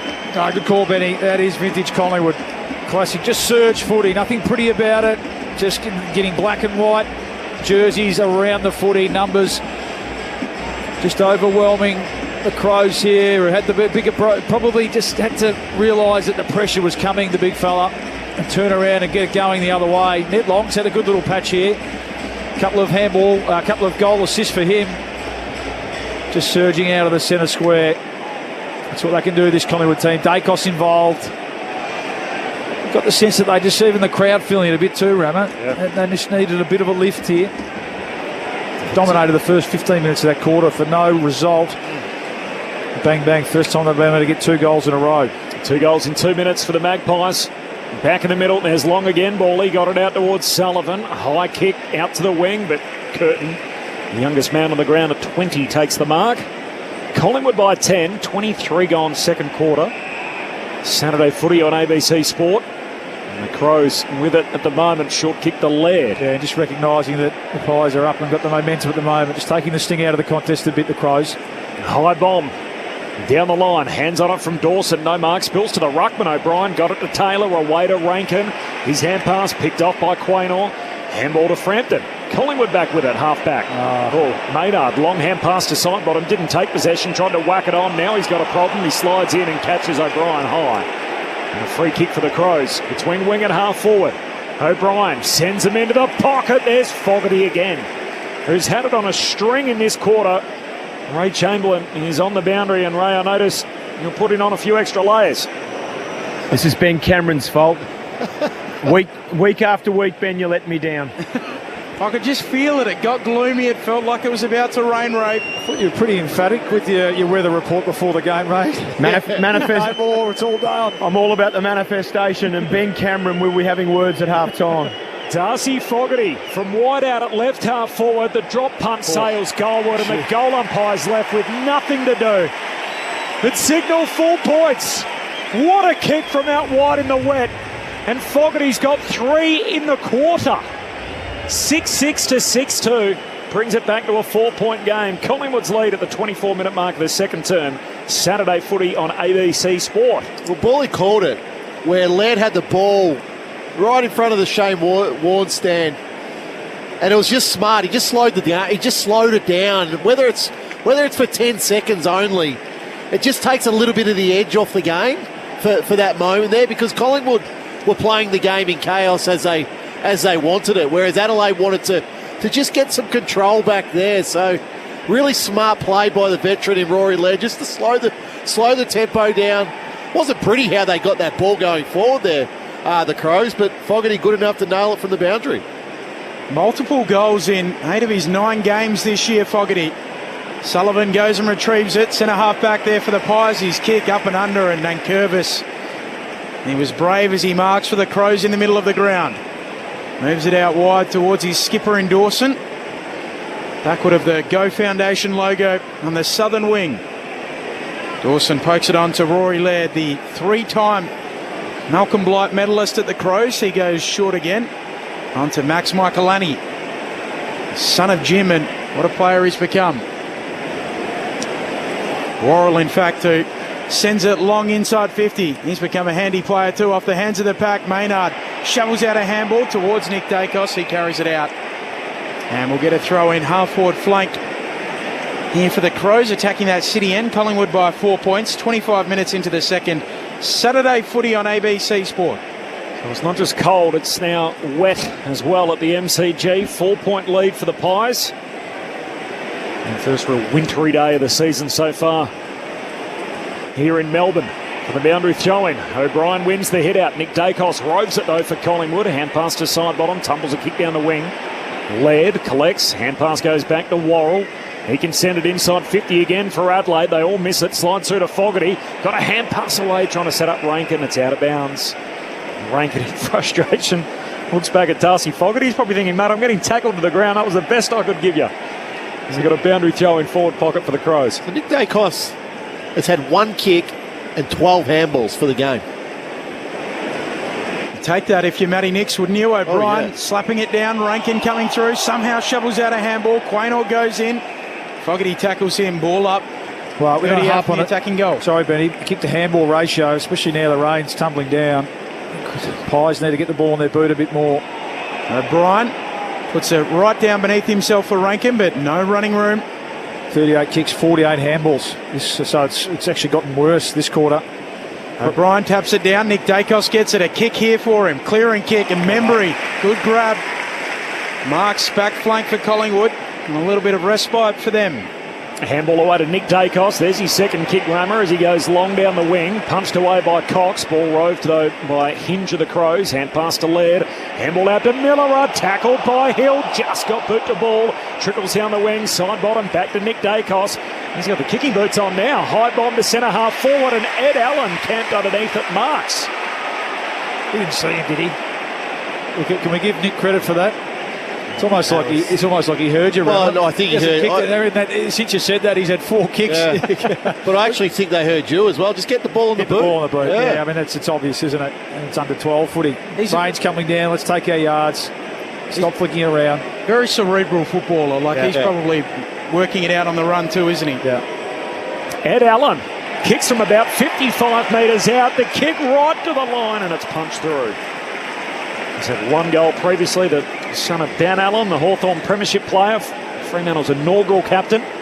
Did we say before, Ben, you played less than 50 games, Ben Allen, for the Dockers. 47. Sort of associate him as a huge part of the club's history, quite rightfully, as the inaugural skipper, but not as many games as perhaps you'd think. Laird with the kick up to the wing. O'Brien got his hands to it. So too Darcy Cameron. He comes down with the foot. He tried to claim it. Maynard picks it up. Collingwood away with it. Josh Dacos forward handball. Maynard slaps it on. There's Ed Allen again. Close to the boundary line. Out of play it goes, and we'll get a throw in. Ed Allen just catching the eye of the two first names chairman and selector as well. He's making a case. Collingwood by 5 points, 28 minutes into the second term. Ben Allen had that nasty knee injury at Fremantle that just slowed him completely down. O'Brien palms it down for Adelaide to Rochelle. Hurried kick down the wing, and Howard gets underneath it, takes the intercept mark. Rain continues to fall. It was a gloomy old day in Melbourne. A forecast top of just 13 degrees. Howe sends it down the line. Oh, Cameron, an inadvertent chest mark, landed in his lap.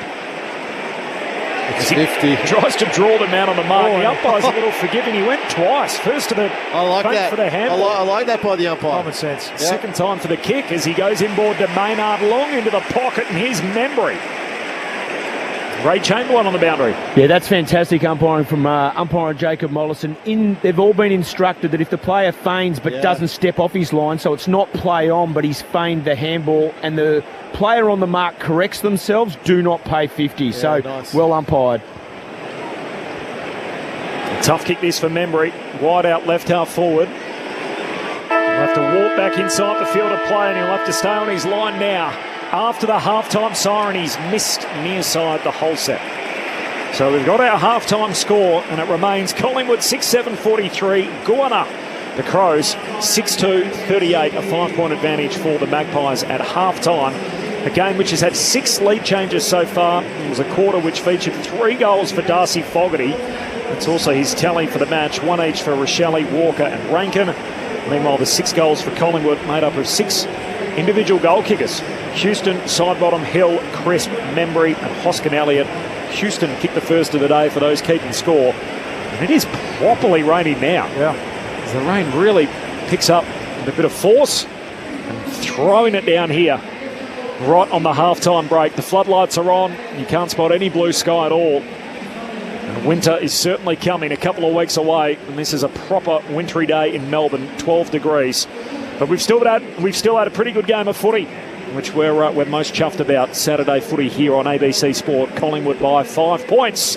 All right, the thoughts of our premiership pair, Luke Ball and Adam Ramanauskas. We have had a good game of footy, Rama, and two good sides, so that's what we expected coming in, and it has been a game of momentum shifts. Probably the one thing that has stood out, and you've heard us, if you've been listening, you've heard us refer to it significantly over the first, is just Collingwood's overuse of handball a little bit. Take even the conditions out. I think when you come up against this Adelaide team, number one team in the competition at scoring from turnovers, taking that risk and we know that Collingwood at their best like that chaotic, keep the ball in motion style of footy, but I think credit to Adelaide, they've been up for it today, and a lot of the times they've forced Collingwood into overuse, into over handball, and it's played into their hands. And then as the rain came down in that last 10 minutes, you could tell a noticeable shift in Collingwood's ability just to get the ball on the foot and take the yards. And I thought, Josh Dacos, it was Nick in that second quarter, but Josh Dacos has been terrific. He's had 17 disposals for the Pies, 409 metres gained, which is clearly number one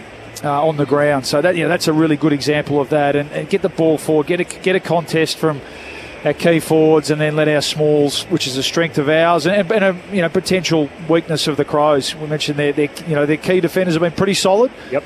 But when the ball hits the ground, that's where there's a bit of a question mark over their sort of mid-sized defenders. So when you think about Hill and Elliott and McCreery up against those sort of mid-sized defenders who prefer to support aerially, that's potentially, if we think this rain set in now, potential strength for Collingwood in this second half. But pretty even battle through the middle of the ground. The pressure's been pretty strong. Good ruck battle, I think. I liked O'Brien's game. It's been a pretty good battle with Darcy Cameron. No mid apart from Jordan Dawson, who's probably crying out for a little bit of help. Rankin's had some moments. Peatling's been okay. Laird more across halfback. Jordan Dawson a bit of a lone hand through the middle of the Crows, through the middle of the ground rather for the Crows. Has stood out, but other than that, it's been pretty sort of decent arm wrestle, Rammer, I think, through the middle of the ground for both teams.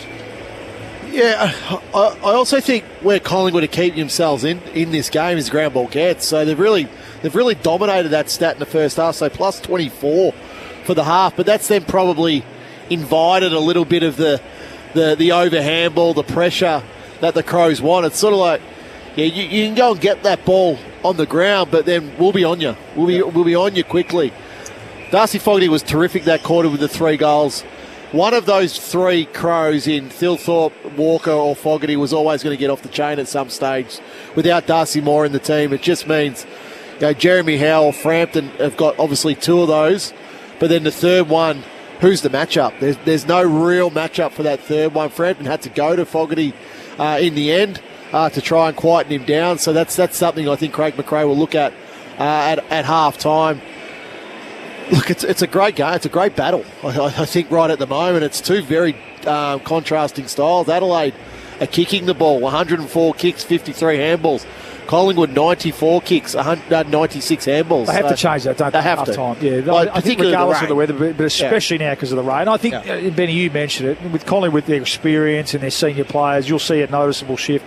Thought we did as the rain came down. Even Nick Dacos, you said up to that point, only the 1 kick. And in the space of a couple of minutes, he took yards and kicked the ball forward. I think he had 3 kicks in that sort of 5-minute burst. So, I think that'll be a big part of it. And then just little things. I think, as this game goes on, and we expect it to be pretty tight, little 1%ers, getting a hand in, chasing, tackling, keeping your feet.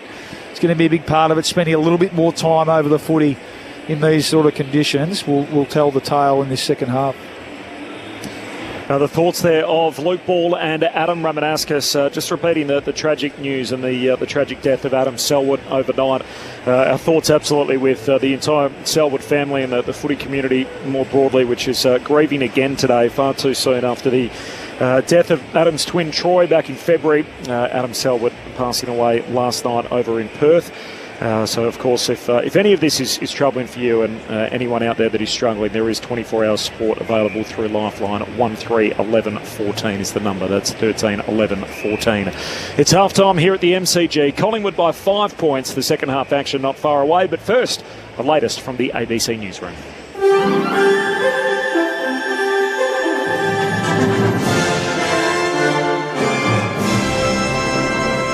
Good afternoon, Sarah Hall with ABC News. The AFL community and his family are mourning the heartbreaking loss of Adam Selwood just 3 months after the death of his brother Troy.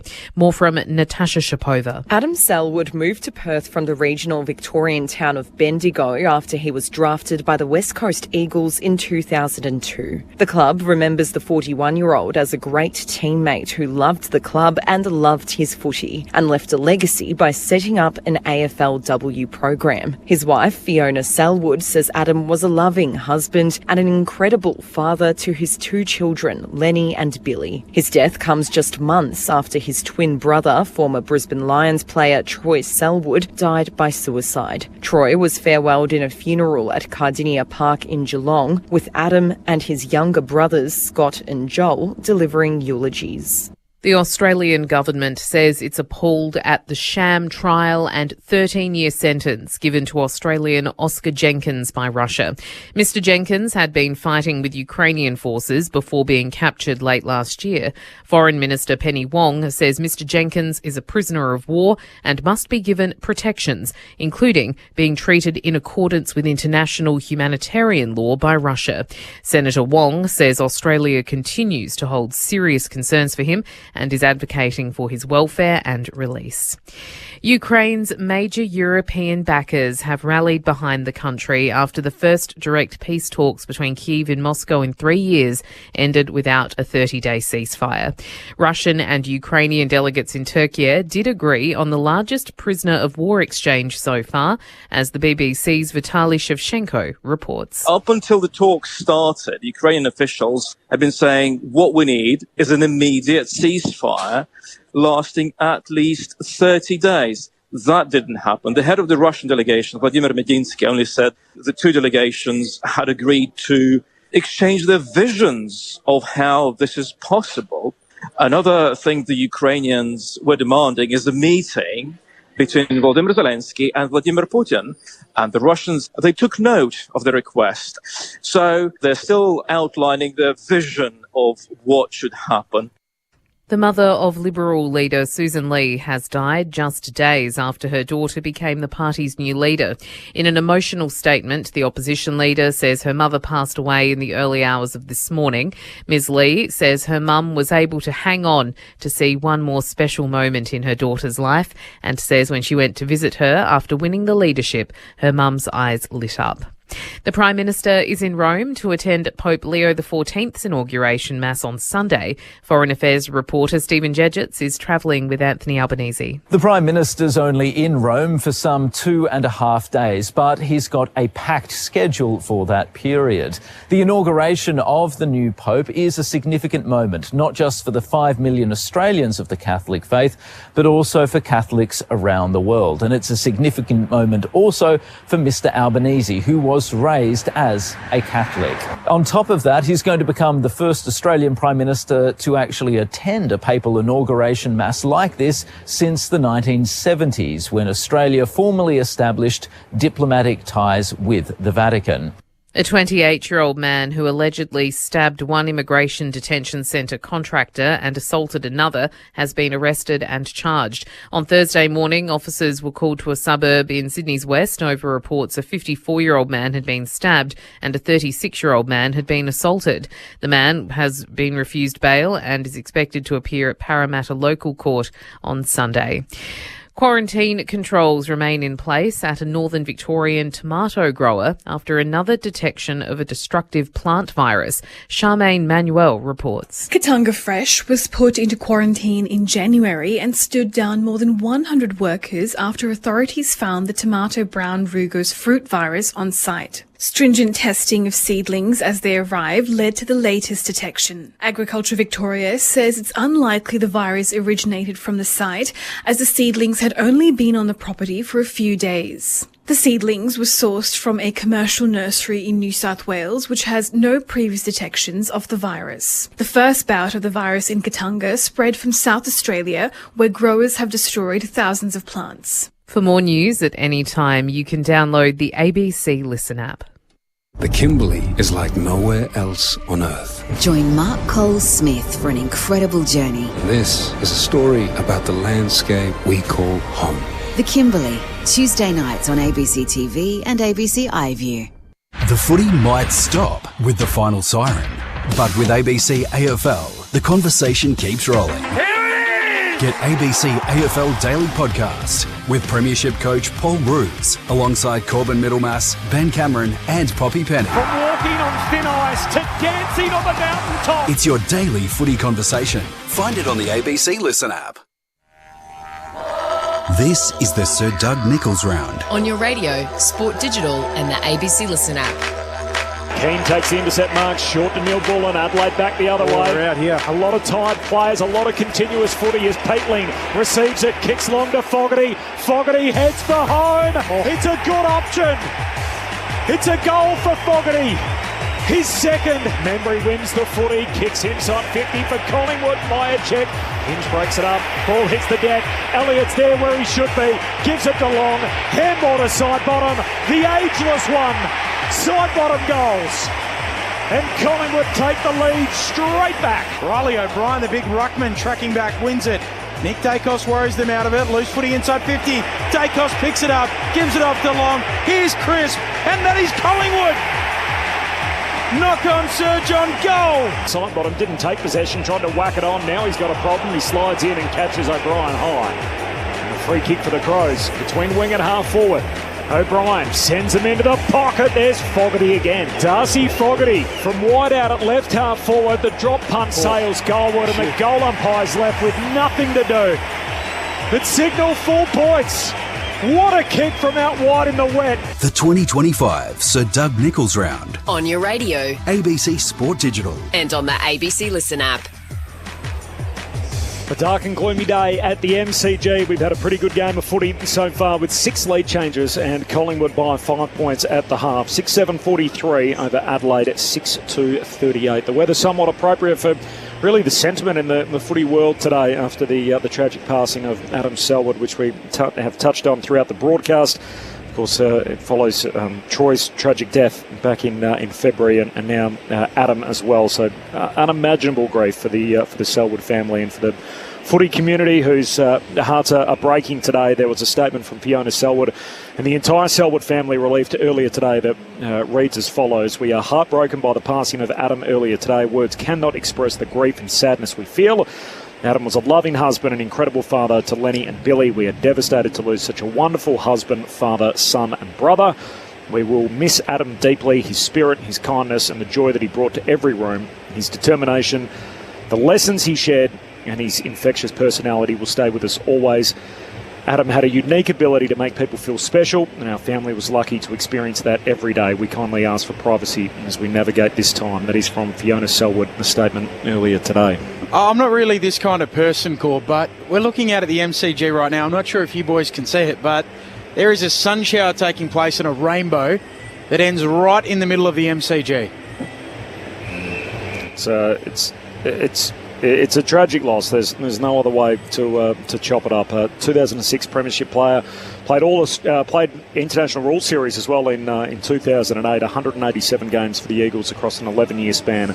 That of course includes that Premiership in 2006. So Adam Selwood, Varley, and of course if any of this is troubling to you, there is support available 24/7 through Lifeline on 13 11 14. Your thoughts on the SMS throughout the day here at the MCG. And of course, the footy continues on ABC Sport. There are 2 games played in the twilight. So the next time slot to follow us just after 4 o'clock Eastern. That includes GWS and Fremantle. So for those listeners throughout WA and in New South Wales, you'll be getting the game between the Giants and the Dockers. And then, of course, for everybody else, it'll be Geelong, who make the trip to Adelaide, a ground which they've got a pretty good record at. They've won their last 4 there. So playing Port Adelaide, and that is coming up next here on ABC Sport. Paul from Mount Dunedin off the SMS, can you please ask Razor, does the kicking in danger rule still exist? Aren't we protecting the hands and the head as well? We'll put that to Ray when he's back on the boundary. It's obviously half-time at the moment, but I'll keep that one up there, Paul, for you. Brendan from Hobart says, Stumpy, how's the golf membership going? I think that one's for you, Ben. How did you know? It's addressed to you. The nickname Stumpy that I absolutely love, I must admit. I don't really mind it. I like it. So I'm happy to keep running with that. It's coming along. I'm moving up the wait list. There's more questions for Ray here. One from Chris in Tabletop in New South Wales. We'll put that to him in just a moment. And from Petey in Bairnsdale, a question: if the AFL are determined to stand out the ducking of the head, then why aren't they subject to video review like any other incidents? Or is it too difficult? Cheers, boys, and great calling. What do you reckon? Should we do more to try and stamp out, or is there a way that somehow on review or through the MRO that they can try and stamp that out? What, suspend someone for ducking their head? I don't know where it's all like staging. I think you dish out a fine. Well, there's a bit of talk around there is a players getting fined for staging. There was talk around after the Thursday night game with the little Hawthorn forwards seemingly pretty proficient at getting free kicks for high contact. It's for one thing, it's very instinctual for some players, isn't it? It's a bit like, I liken it to, Nick Watson dropping to try and obtain a high contact free kick. It's a bit like Dustin Martin's natural instinct was to fend off with a hand. I think we're getting better at not paying those when and we've heard Ray talk about it as well, when the player is the sole contributor to the high contact.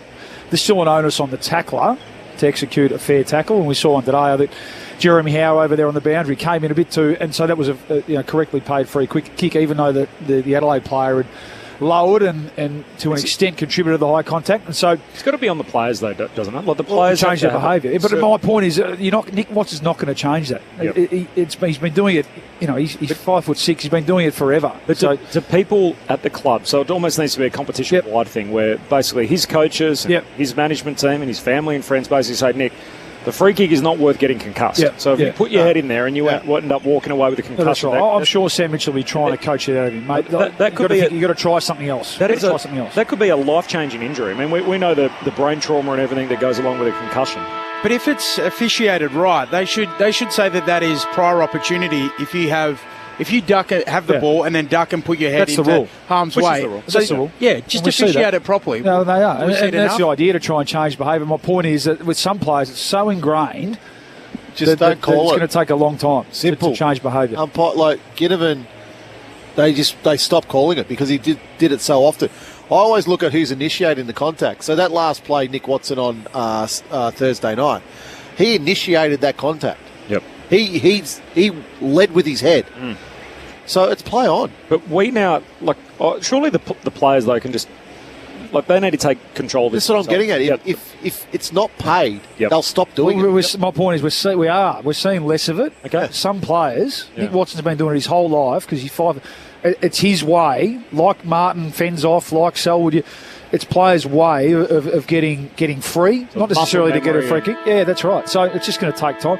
I've got no doubt that Sam Mitchell will be coaching him to say, mate, I reckon we've got to try and find another way. No doubt. He's better than that. Yeah, that's right. He's a better player than that. So, and I'm not Nick's not the example because there's others that do it as well. Absolutely. So, but we're talking as the incident on Thursday night. Yeah. Just so you know, I'm not making this up. Off the SMS here, Bally. 0437 774 774, the SMS number. Signed Swanee. Can you ask Bally how he likes his steak? I feel it medium, knowing that it tends to come out a little bit under. So I find that most restaurants, if you say medium, you'll get medium rare. You'll get medium to medium rare. Okay. No, fair call. Yeah, especially with a sort of 200 to 300 gram eye fillet. I'm a medium operator. I'm going to my favourite steak restaurant on Friday, the Railway in Port Melbourne. There, they do an outstanding steak. Porterhouse. I change it up a little bit. I had the rump last time, and I thought that was absolutely delicious. Why is Swanee, your former premiership teammate, texting us that? It's a great question. I think we must be having a steak coming up. Collingwood by 5. Find me on his podcast, that's why. Collingwood by 5 points. Second half upon us. This is Saturday Footy on ABC Sport, and here's Ben Cameron. Rankin with the clearance. High ball towards half forward. There to mop up. Josh Dacos sits under the high ball, takes the mark. Kicks to his brother Nick, as they so often do, just waxing. Nick Dacos wide out. Collingwood by 5 points. Saturday Footy on ABC Sport. Knows how the ball just finds Josh Dacos sometimes, doesn't it? Nick kicks around towards side bottom. One of yours and Swanee's former teammates, a premiership teammate back in 2010. Side bottom with the mark paid on the wing. Tends to come into his own in these conditions too, side bottom. He's a very good wet weather player. Ooh. Kicks a floater up towards half forward, and Rankin's there to mark. How often does that happen in our game? Yeah, too often. Rankin with the intercept mark, kicks down the wing. Phil Thorpe the target. Frampton does well to spoil. Josh Dacos, hand pass meant for side bottom, missed him, and in the end it slides out of bounds. Ray Chamberlain's back in position. It's pretty damp down there, Ray. There's no bad weather, boys, just bad fashion. I got this. It hasn't, well, it's about to say it has eased up a little bit. Probably the heaviest rain we had was during half time. Can I ask a serious question? Like, how would you change how you umpired in wet weather, Ray? No, I think the main thing is protecting the ball player. So the player with their head over the ball, making sure the tackle's legal.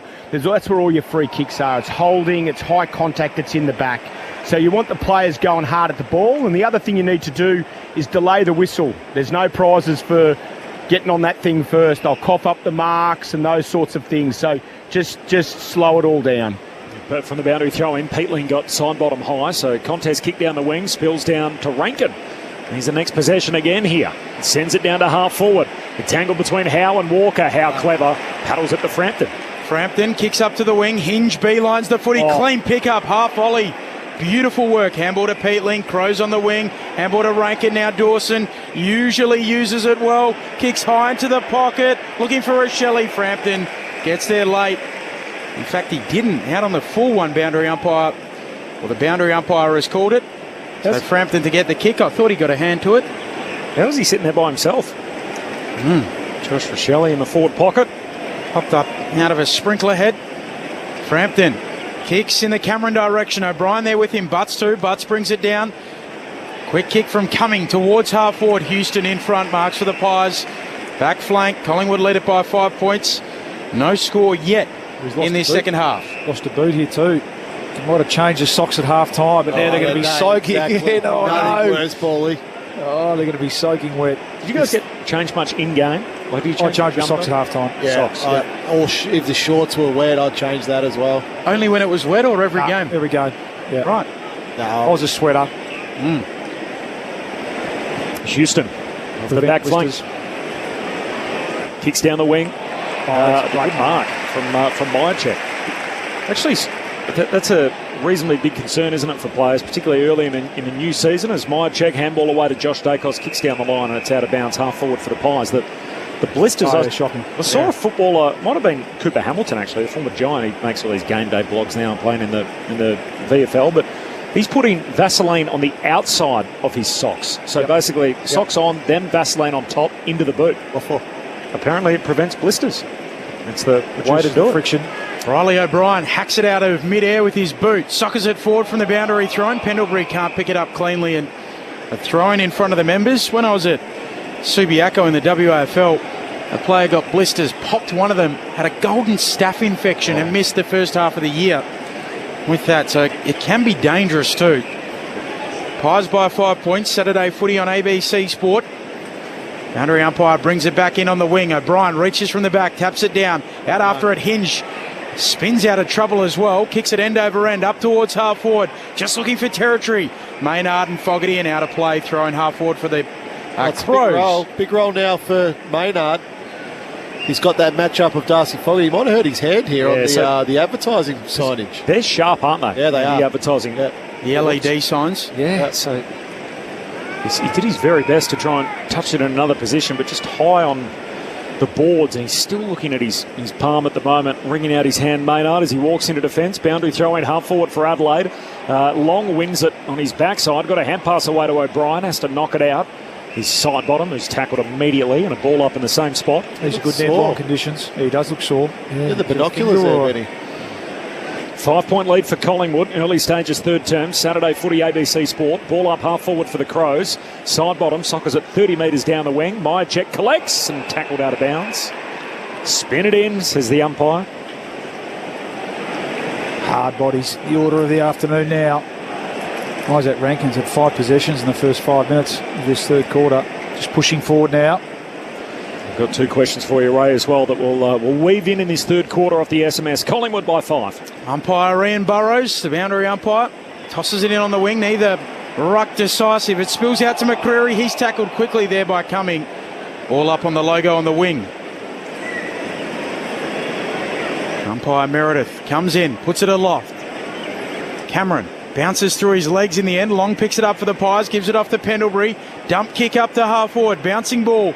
Keen out after it. Myercheck right there with him. Keeps it in initially and then it slides out.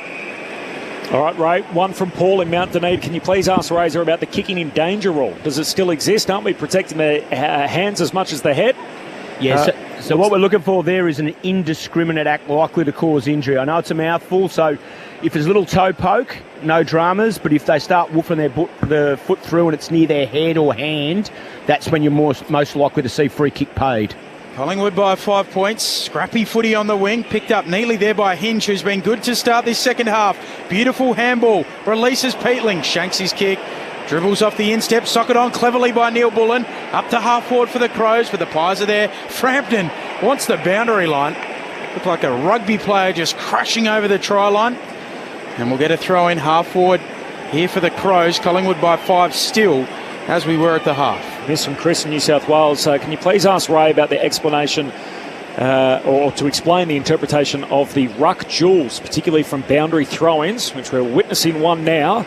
As O'Brien palms it down, here's Dawson over the footy, soccers back into the corridor. Adelaide will work it out, Nankervis collects. Handball away to Laird. Back to Worrell, just jams it on the boot. In the end, it's a spiral inside 50 and Curtin takes the mark, 20 out straight in front. Yeah, not good enough, Dan Houston. Just wasn't watching the foot, watching the ball. Just there's no urgency to get into that contest with Curtin. Curtin only had his eyes on the ball. So Houston had to go back a lot harder than that, make body contact. Try to take Curtin off the line of the ball. This would be a superb start on a cold, wet day at the G. To open the second half. Oh, Curtin misses. Out to the left. There's a sitter, 25 out straight in front, not to be. 8 minutes into this third quarter, and Collingwood now by just 4 points. You know, certainties in this second half is there. You've got to really make sure of it. Spend a bit of time, extra time over the footy. Howe with the long exiting kick. Cox hands to it, does his own roving. Handball to Nick Dacos. Pies back flank. Side bottom. Quaynor, Josh Dacos. Off to brother Nick. He'll switch the play. Kicks to the other back flank. Ed Allen accepts it. Now he looks out to the southern wing. Hoskin Elliott searching lead. He's got it on his chest. Ignores the Elliott lead. Looks further afield. Comes infield with the kick. Onto the chest of Pendlebury. Just forward of the logo. Southern side of the ground. Collingwood by 4. Pendlebury goes back out wide. Spots up Bruzzy Maynard. And he's got the football. I haven't forgotten about Chris's question to Ray as well. So basically the key premise of the question was boundary throw-ins, players wrestling with each other, the two ruckmen, about what are the rules and what are we looking for. As the long kick from Maynard down to half forward, spills down to Saligo of the Crows, hand pass away to Nankervis, kicks to Thilthorpe, who marks on the wing. I think Ray needs a special segment on the Daily Pod. I think he does. Just question after question for Ray. The whole SMS board is filled with our clarifications on certain rules as Ray makes us smarter and fills in our knowledge gaps every Saturday afternoon as Peatling looks back corridor, finds Miller, kicks inside 50. Oh, Rankin! He was behind side bottom and somehow took the juggled mark. I think it's a mark, yeah. Yeah, no need to boo there for the Collingwood fans. And that is a special bit of work from Isaac Rankin. He was standing behind Steele Sidebottom and took a juggled mark. But somehow he ended up with the footy. Sidebottom pleads his case, but it's not going to change. Let's have another look. Yep. Why not? Reckon? Yeah, it's a mark. Isaac Rankin, the key protagonist here last time they met. Skips inside the 50-metre arc. That is a wild kick. He never looked confident. He's missed the whole set. Yeah, just even on the whole setup and the build-up to that set shot, he just didn't look confident. Too straightforward. 10 minutes gone, third term. 4-point lead for Collingwood. I promise, Chris, next time the ball goes out of bounds, we'll get the Ray as quick as we can. Josh Dacos tight ropes the boundary line. Kicks up to Cameron. Brings it down to the front. Chris, great handball. Out to side bottom. Kicks around the members' boundary line, up to Elliott, right there with him, Michael Annie. Elliott goes and wins it, dribbles a kick forward, Hinge gets a hand to it, has to pick it up, a couple of Pies, dispossessed to the footy, Nick Dacos soccers it on into the pocket. Back there to mop up, cleanly is Worrell. He just floats a kick back to the wing for the Crows. Side bottom, unopposed, takes it back for Collingwood. Pies by 4. 11 played third term. Saturday footy ABC Sport. Side bottom short. Finds Cameron. Oh, cuts back inboard. Just got it to Perryman. Look at the numbers. Yeah. 18 players, 18 opponents in front of him here, Harry Perryman. We were about to say, look at the number. There's the number 12 for Collingwood. Kicks it to full forward. Leaping up is Cox. No mark. Spills down to Cameron, and we'll have a ball up. Deep inside 50 here for So the you Pies. want Perryman there. He's 70 metres out from goal. Rather than just you almost want him to go sideways to try shift the Crows' defence to find a pocket. Cox slaps it out to Bobby Hill, who has no room. How to play it goes, Ray Chamberlain. Yeah, so what we're looking here for this boundary throw in, the rules of the game are the same as marking. So we're looking for high contact if you're talking about free kick, push in the back, etc. If these two fellows make the ball their prime objective, their sole objective, a little 50-50 stuff, we don't get the umpires intervening. The one that gets you guys going absolutely nuts is if you see the ball hit the ground without them touching it. That's a real highlight for the umpires to look to play a free kick. Thanks, Ray. Great insight as always. Frampton gets around Curtin on the wing, drives the Pies back inside 50, out the back. Myercheck carries it out, trying to turn there. So the theory is that generally one person's held the other one out illegally from being able to blocked. Basically, the intention and spirit of the law is what Ray is saying is marking contest. It's good, isn't it? Great way to. Side bottoms lifted here. 7 possessions for the quarter. A more telling touch there for O'Brien as he whacks it back out of play, and we'll have a throw in here. Half forward for Collingwood. MCG staff doing their bit, and big screen reads, due to wet weather, please watch your step and stay safe. It's our first proper damp, wintry day of the AFL season so far. Just a dozen degrees, cold and wet. And yet we've had a match with 6 lead changes. Collingwood by 4. Boundary throw in half forward for the Pies. Side bottom took a while, got it out eventually. Back to the outer corridor. Oh, Sullivan had a play on it, not to be. Pendlebury hands it to Rochelle. He kicks wide for Adelaide. Walker and Quaynor are out after it. They leave the footy behind. Hinge goes and gets it. Hand pass to Curtin. The lefty sends it down towards Thilthorpe. He's outnumbered, and Collingwood through Howe should be able to work it out. Tracks it back, handball away to Frampton. Back flank here for the Pies. Handball to Nick Dacos. Floats it back to Howe. Back inside the defensive arc. Maynard, Perryman. Perryman to Josh Dacos. Chaining handballs. Sweeps it to Pendlebury. He might kick it. No, he handballs it again. Maynard in the bullseye. He kicks it, charge down. Peatling knocks it down. Perryman soccers it out. Ed Allen comes in to apply help, but it's socket on there quickly by Nankervis. Collingwood get back. They mop up. Half-back flank. Perryman picks it up. Handball to Pendlebury again, and now the Pies are way down the wing. Allen gets his second touch in the chain, gives it to Maynard, kicks out wide to Hoskin Elliott, spills the mark, regathers, trying to run around the ruckman. Nankervis comes to support, but the kick's headed deep, inside 50. Elliott, clever, knocks it out at mid-air to McCreary's advantage. He just paddles it back to Quaynor, tries to get back on his right side, kicks to full forward. Myercheck competes, not to be, and in the end, Keen's trying to rush it through, eventually takes it over the line under not a lot of pressure. The ump says it's okay, Ray, you're behind. Here's Quaynor. Just didn't scan the field. He had Hoskin Elliott drifting down. 30 metres of space. 5-point lead for Collingwood. You got us, Ray? Yeah, Adelaide have got some movement on the bench here. They've activated their sub. Burial into the game. Tex Walker out, and we believe it's just a tactical switch. Looking to go a little smaller with the wet weather.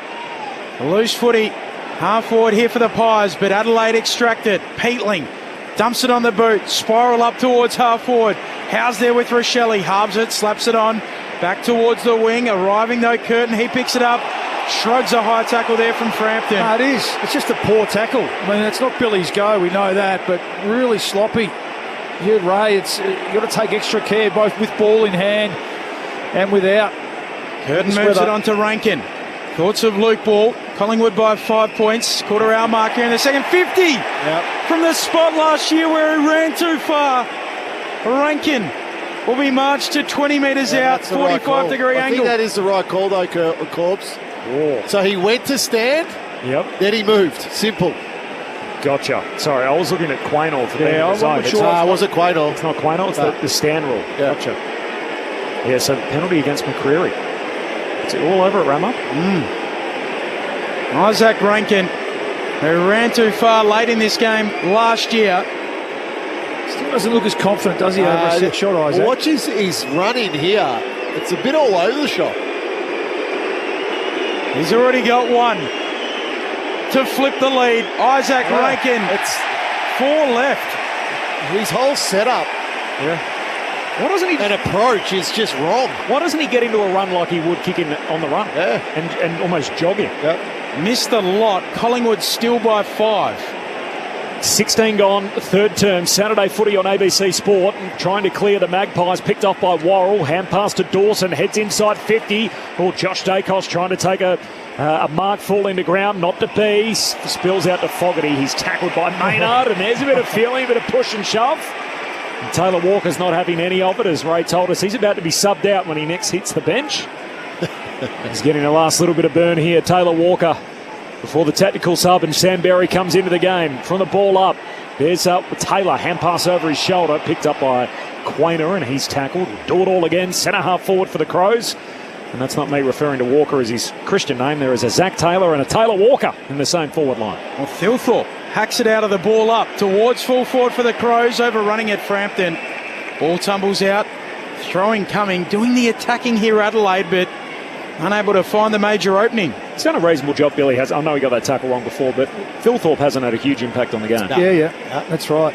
Tough day for key forwards, obviously, but he's done a good job. Jeremy Howe's been good too. In fact, both defences holding up pretty well, certainly this quarter. Only the 1 point each.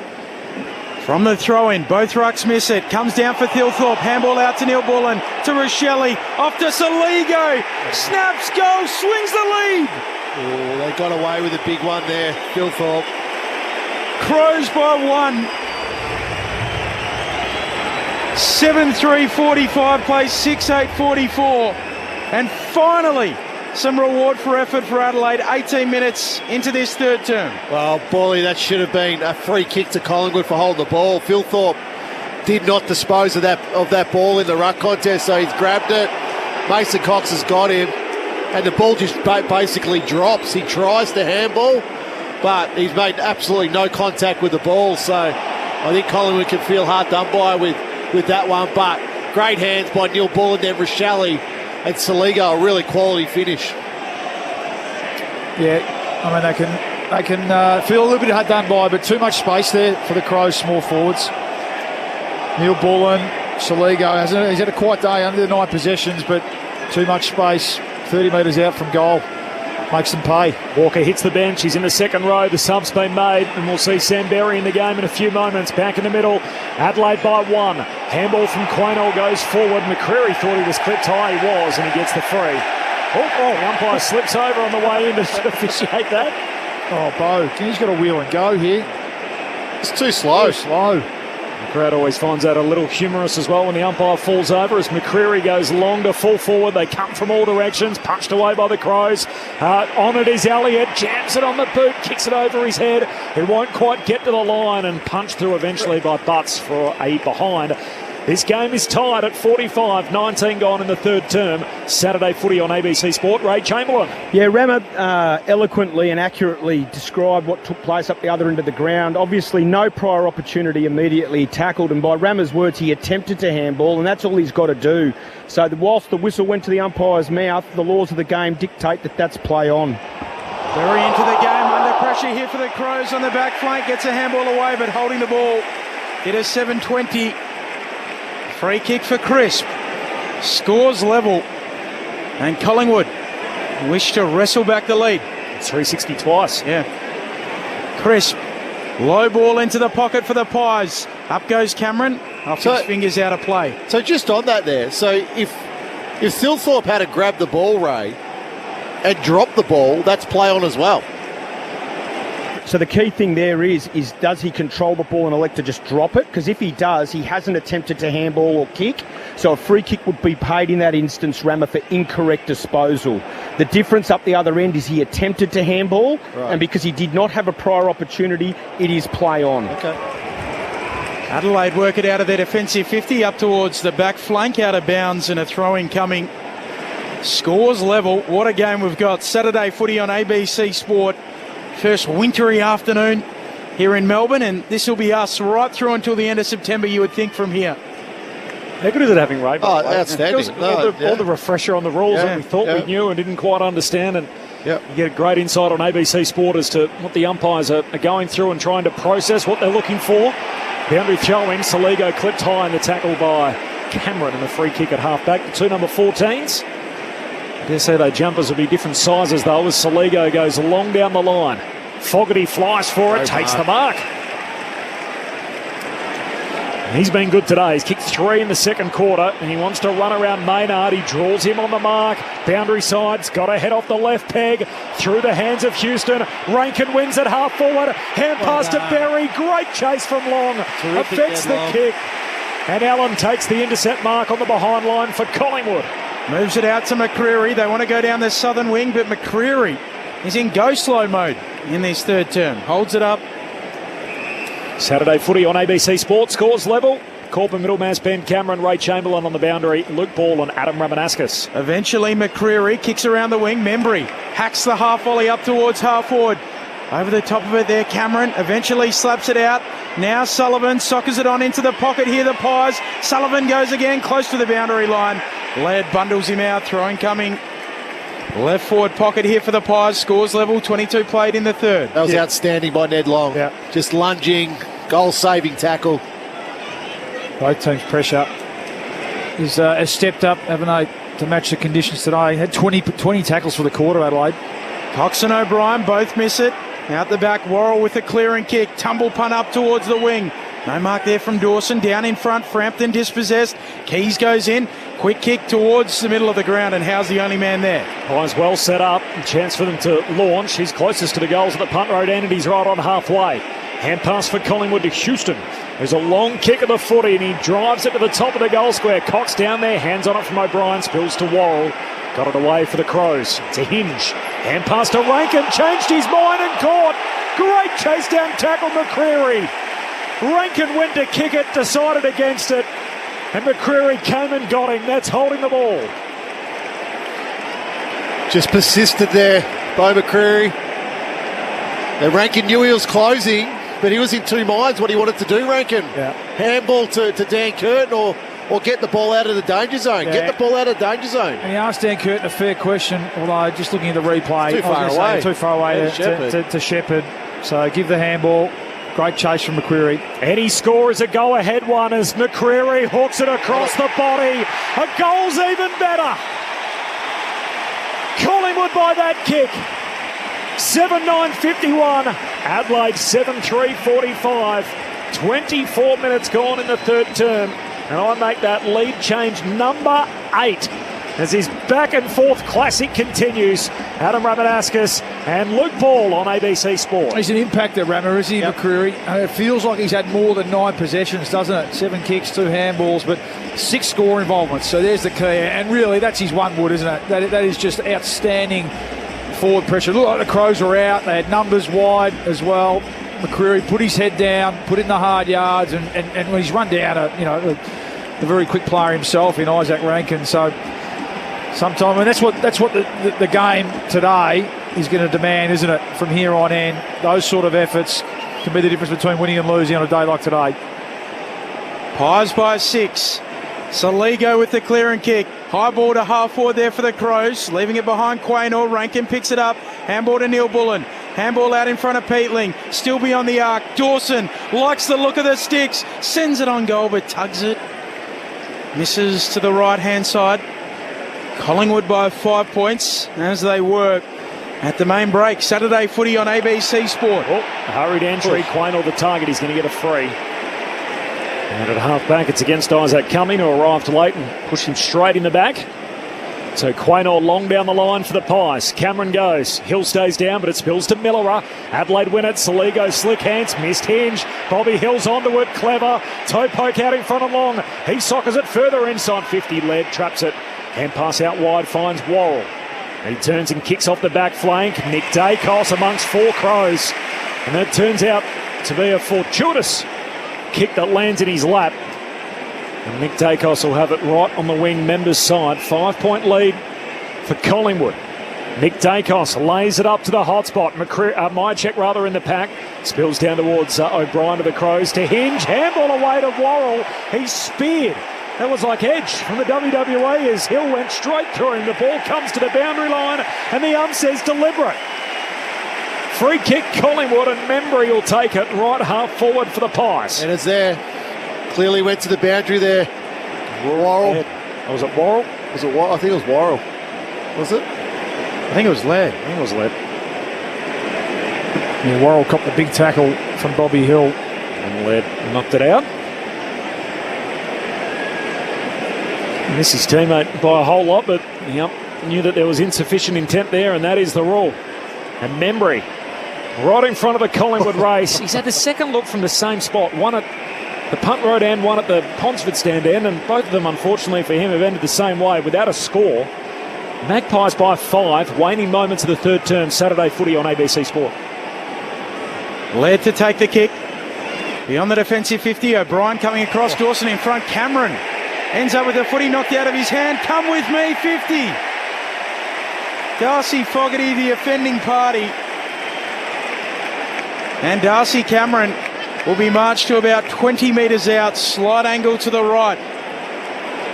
Well, he's been one of the Crows' best. Darcy Fogarty today. What's he kick? 3 goals himself, but he might have given one back here. Just a little bit we spoke about, didn't we, at half time? With the weather like this, those little things, 1%ers, a little bit of undiscipline. In a game of small margins, you don't want to be giving up what is, not on today, but relatively easy shot at goal here for the big fella. It was in the coaches' votes last week. Trots in, laces through it. Darcy delivers. Collingwood out by 11. And believe it or not, that is a game-high lead either way. 8:09:57 plays 7:4:46. 28 minutes into the third. Saturday footy on ABC Sport. Well, low-scoring game, Paulie. Just those little critical moments there. Fogarty thought it should have been play on. Touched. Jordan Dawson did get a hand on that ball. Umpire paid the mark.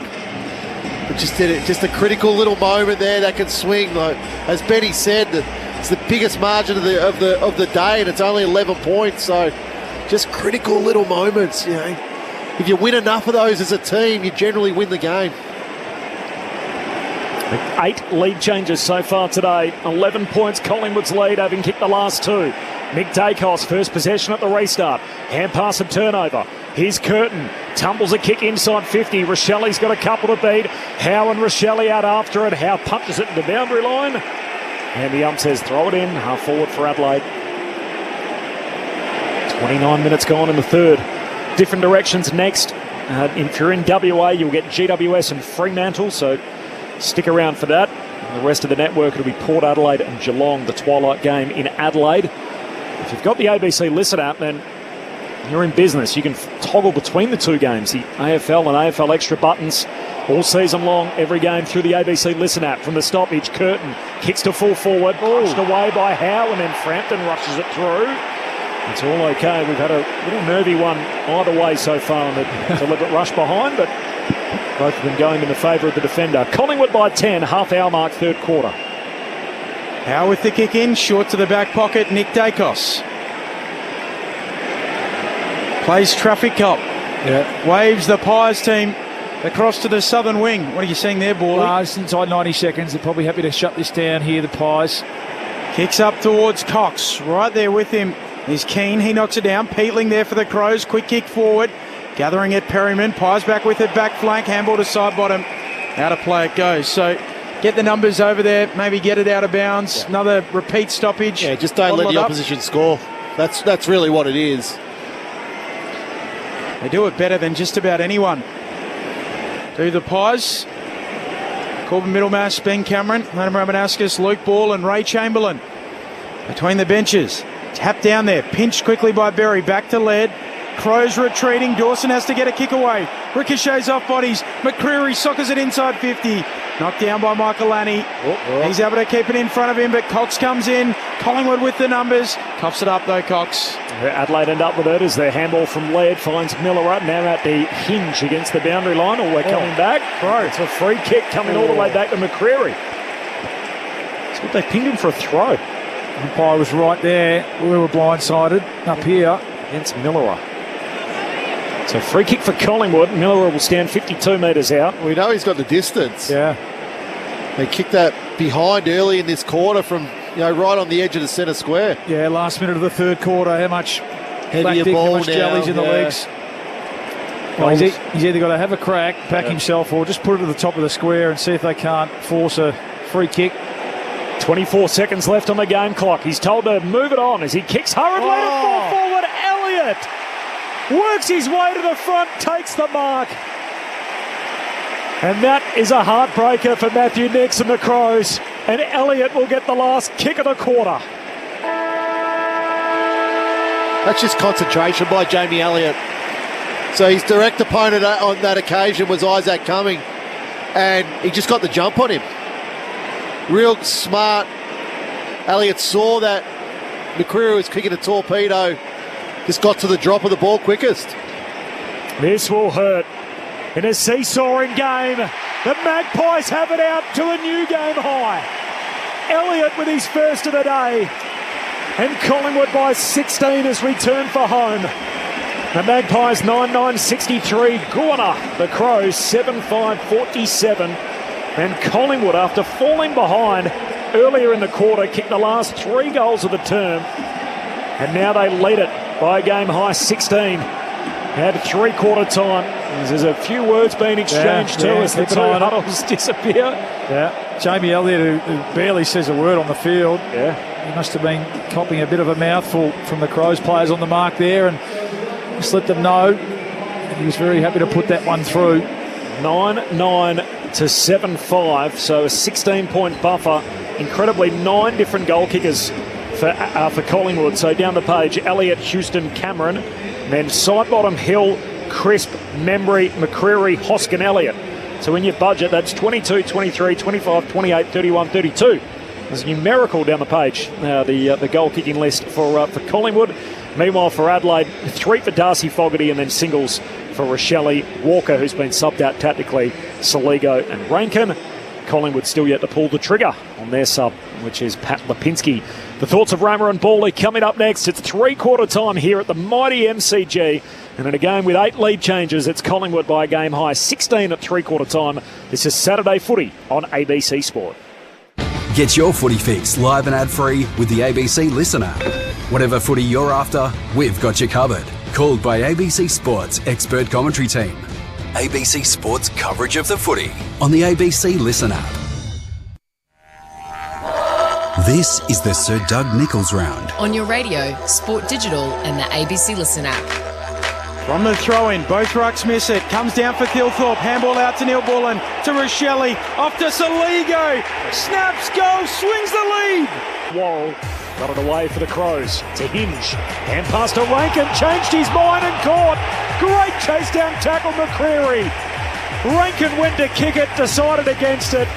And McCreary came and got him. That's holding the ball. Any score is a go-ahead one as McCreary hooks it across the body. A goal's even better. Collingwood by that kick. Led to take the kick. Beyond the defensive 50, O'Brien coming across, Dawson in front. Cameron ends up with the footy knocked out of his hand. Come with me, 50. Darcy Fogarty, the offending party, trots in, laces through it. Darcy delivers. Collingwood out by 11.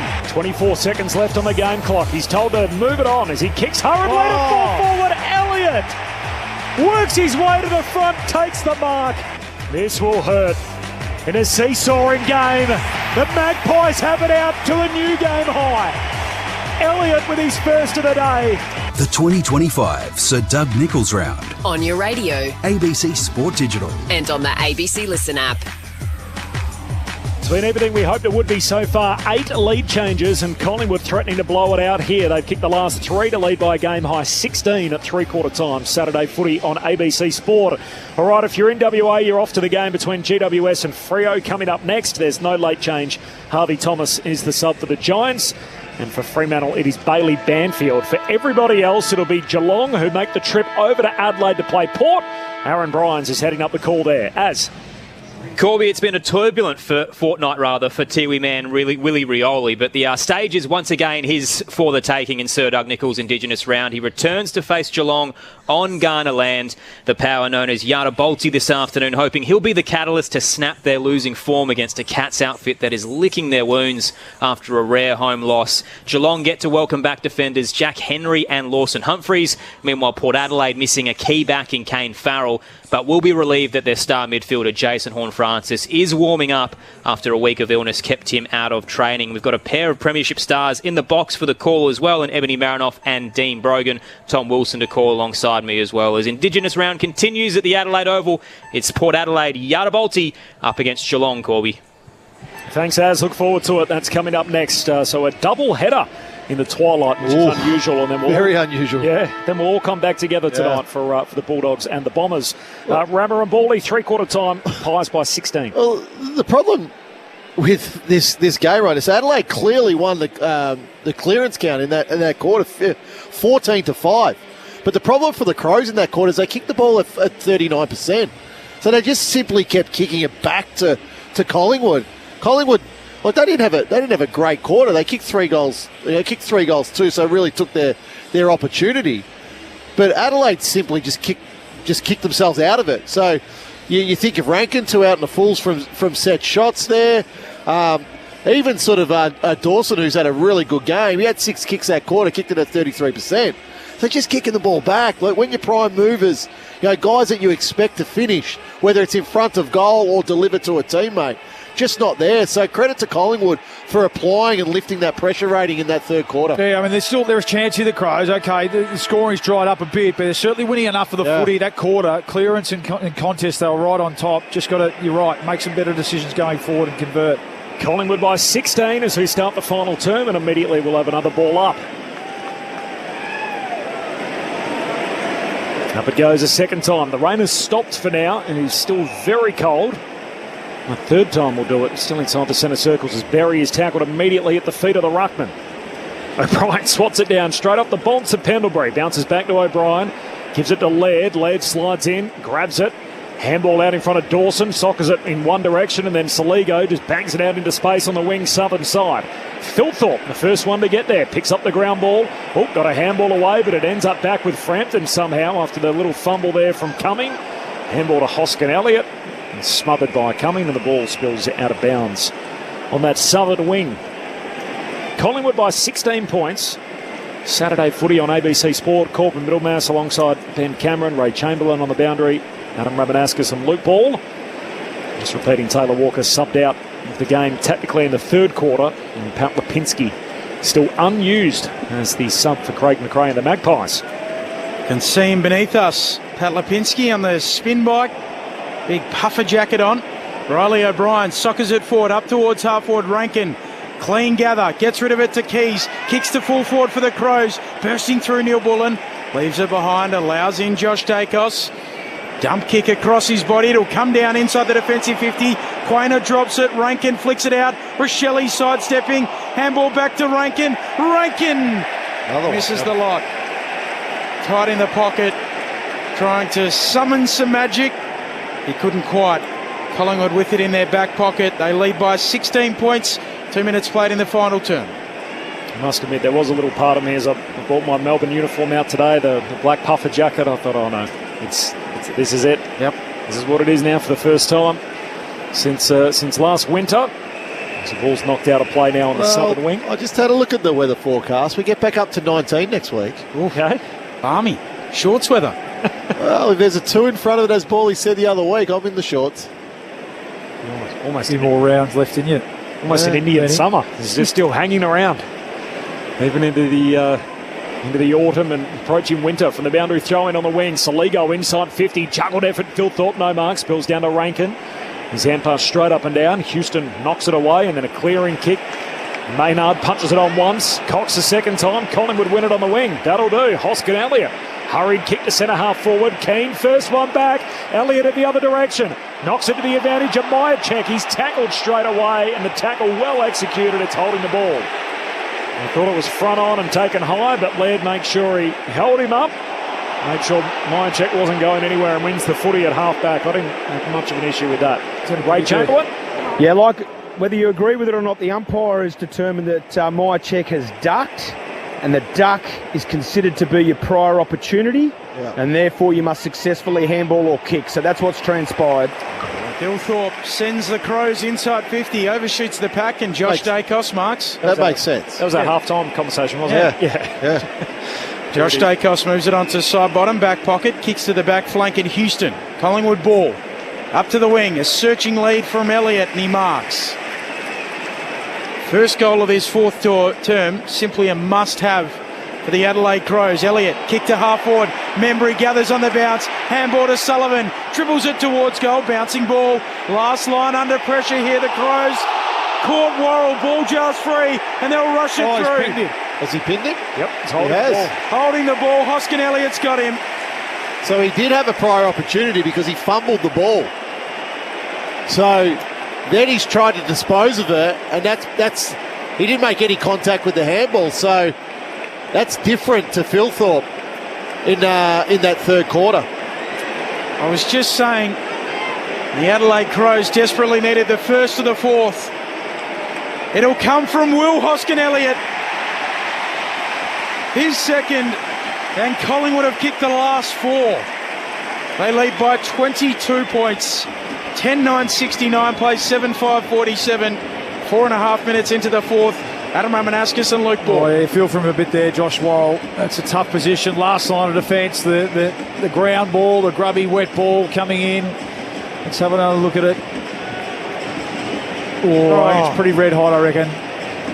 It's pretty red hot. I mean, credit to Will Hoskin Elliott, who'd worked from the fat side of the ground back to be able to impact the contest. Not sure that's prior opportunity. Well, I reckon that's hot. He kind of flicked the ball through he picked it up between his legs, which kind of made it look like he had more time. Ray Chamberlain. Two questions in that contest. First one is the tackle legal? If we tick that off, the next question I want from Ball is, was that a genuine attempt to handball, or did he just pump it out? I'm not really sure. I'm just saying no prior. He's long, trying to fight through the tackle at the restart. Handball coughs it up. Miller for the Crows, gives it to Hinge. Sweeping hand pass here to O'Brien. His hand pass swatted down, still lands in Adelaide's hands. Hinge takes on one tackler, caught by Sullivan, just got it away. Saligo hacks it off the deck, out to half forward, collected by Fogarty. Hand pass back to the 50. Neil Bullen trying to get it further forward to Rankin. Handballs it out of play and a throw in. But also mentioned too, it had stopped raining. Almost as those words were leaving my mouth. It's triggered another ball. So apologies, Ray and everybody else. It is raining again. They do need to find the next goal here, the Crows. So in their forward 50 now, they start to work numbers around this contest. O'Brien and Cox go for a little waltz, trying to work through Rankin. Knocks it out to Maynard. He coughs it up. Taylor with the handball away towards Neil Bullen. Hooks it back to the goal square. Phil Thorpe's there off hands. It's knocked through. 21 points, Collingwood's lead. 6 minutes and change into the fourth. And Collingwood want to run as Houston takes the mark from the kick out and then chips it along the boundary line, finds Hoskin Elliott. 9 different goal kickers today. Hoskin Elliott, the only multiple goal kicker for Collingwood. 10-9 to 7-6, 21-point buffer. Hoskin Elliott, long contest, kick down the line. Membry flies for it, no mark. Spills down to Cumming. Hand pass back inboard to Saligo. He links up with Hinge, still on the defensive side of the wing. Handball back to Saligo, missed him, and then the Adelaide player clips Pendlebury around the neck. A free kick for the Collingwood veteran. And third all-time in the game's record list. Now hunting Michael Tuck on 4.26, and then it'll be Boomer. 4.32 after that. Getting nervous, man, Boom. I had a little conversation with Boomer a couple of weeks ago about this. I hope Boomer's been training to try and get redrafted to extend his list a little further. Either that or has he got the voodoo doll out? Short kicking game, Pendlebury to Allen to Hoskin Elliott. Now back to Pendlebury, 70 out, right half forward. Collingwood by 21. That's play on, yeah. Pendles pokes it short, 7 metres to Maynard, who turns and whacks it long right to the line, and O'Brien reaches over Cox to spoil, punches it through. Collingwood by 22, nearly 8 gone. Fourth term, Saturday footy on ABC Sport. So the reality is Adelaide have got to find 5 goals in this quarter and hope Collingwood don't score again. Miller along to the wing. Thilthorpe the target. No mark. Slides through his hands. Maynard clever. Just paddles it to the advantage of Quaynor. Kicks back down to half forward. Rankin leaping for it. No mark. Bobby Hill tries to paddle it back to long and the ball's out of play. And the most they've kicked in a quarter is 4 in that first quarter. Yeah. 3 in the first and the second quarter, sorry. And they've kicked 1 in the second half since it's got wet. So they're going to have to make their move soon, the Crows. Yeah, caution to the wind. You'd feel like they'll take a few more risks, try and access the corridor. O'Brien, a nice tap down towards Berry, who somehow gets a kick away, and well worked there by the Crows. Taylor gets it out towards Peatling, kicks up to half forward, bouncing ball, Frampton and Fogarty, they're out after it. Thilthorpe, clever little topo, close to the boundary line. Howe knocks it back for Quaynor, picks it up on the back flank for the Pies, kicks up to the wing, Berry in front, good mark. He's got it for the Crows, beneath the members. Collingwood by 22. Adelaide at least need 4 goals. Rain falling. Kicks inside 50. Thilthorpe hands to it. Swatted away there by Quaynor. Onto it long. Pies in possession. Quaynor's quick kick ricochets back to Rankin. Handball to Thilthorpe. He gets it on the left boot. Snaps on goal. And it pitches in play. Throwing coming. Ray Chamberlain. Movement down here on the boundary. Lipinski warming up. Cox is the player coming out of the game. Makes sense. Yep. Dick Mason, 34-year-old, in game number 134 today. Mason Cox, first American premiership player, of course. Out of Texas, and the boundary throw-in. Comes down to Long, he's tackled, and more the ball up, still deep forward for the Crows. Need one here. Well, it'll have to be something out of nothing. A lot of players around the footy here. Forward 50 stoppage, top of the goal square for the Crows. O'Brien hooks it down. Sullivan jams it on the boot to half back. It's out of the attacking 50 now for the Crows, and Myercheck, inadvertent socket of the line. Up says insufficient intent. Oh, it's been that sort of day for Brody Myercheck. He hasn't had a kick at the footy today, just the 3 handballs. Completed hard. Hinge kicks it into the forward pocket. Fogarty the target, and Cameron finds the safety of the boundary line. A throw in forward pocket for the Crows. Collingwood by 22. 11 minutes gone, final term. Saturday footy on ABC Sport. Don't forget, coming up next, if you're in WA, you will be getting the Dockers game. They play GWS. If you're in the ACT, you're off to the NRL. The Dolphins and the Warriors. For everybody else, it'll be Port Adelaide and Geelong at Adelaide Oval. Or take your pick on the ABC Listen app as O'Brien slaps it to the back inside 50 for the Crows. Berry dispossessed. Spills out to side bottom. Clear and kick up to the wing. Elliott shoves his man Michael Annie underneath it. Now goes again. Elliott picks it up. And he'll get a high free kick. He stopped as if to say that'll be a high free kick. He's got the couple today, Jamie Elliott. Today, hasn't he? And he'll get 52, named Purvis. That's against Peatling, yeah. Protected area. So Elliott will be marched inside 50. Then can try and put this lead for Collingwood beyond 4 goals. With the killer blow, you'd think. Yeah. It's a good form, Jamie Elliott, isn't he? Oh, yeah. Thought he started the game really well. Had 7 possessions and a goal in that first quarter. Kicked the crucial goal on the 3-quarter time siren. He can probably put the game out of reach here.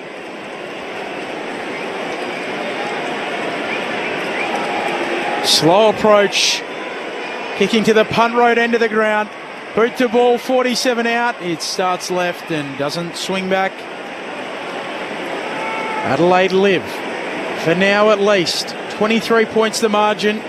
12 into the 4th. Saturday footy on ABC Sport. Keane with the kick-out duties. And his long straight down the pipe, and here's Dawson. He had a red-hot start to the game. He was explosive and at his best in the first half. He goes across the ground here.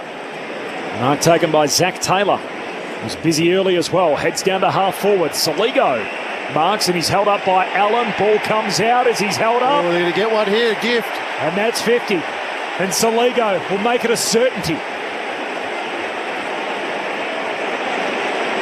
And Ed Allen just trying to hold him up, and Saligo very professionally just made sure the footy came out. And Saligo knocks it through. And this game is still alive. Saligo's got a couple. And Collingwood's lead trimmed to 17. 13 gone final term. The Magpies 10-11, 71. Guana, the Crows 8-6-54. Saturday footy on ABC Sport with Bawley and Rama. Plenty of time, Bawley. So we're not even the halfway point of this quarter. It's still 12 minutes of actual playing time remaining. So that was the one that the Crows needed. Now it just puts the pressure back. So Elliott misses up one end of the ground. Then Adelaide gifted one up the other end of the ground. So just tightens up now. They've got to try find the next one now, the Crows. Take the game into the last 6 or 7 minutes. I don't have an issue with the 50 either. That's pretty good. Absolutely. Yeah, That's silly. Yeah, he worked hard for that too, Saligo. He worked really hard. Couple of Saligo goals, bracket 4 consecutively for the Pies as he gets the clearance as well. And Rochelle, he comes up to mark. 35 out, slight angle to the left. And Saligo has got busy. Jordan Dawson, that made contact with his foot, that ball. Yes, though, Saligo, quite first 3 quarters. He's got rolling here. 6 possessions. 4 inside 50s. Yeah, did make a little bit of contact there, Jordan Dawson. 4 inside 50s, 3 clearances and a goal. This is a man built for the big stage.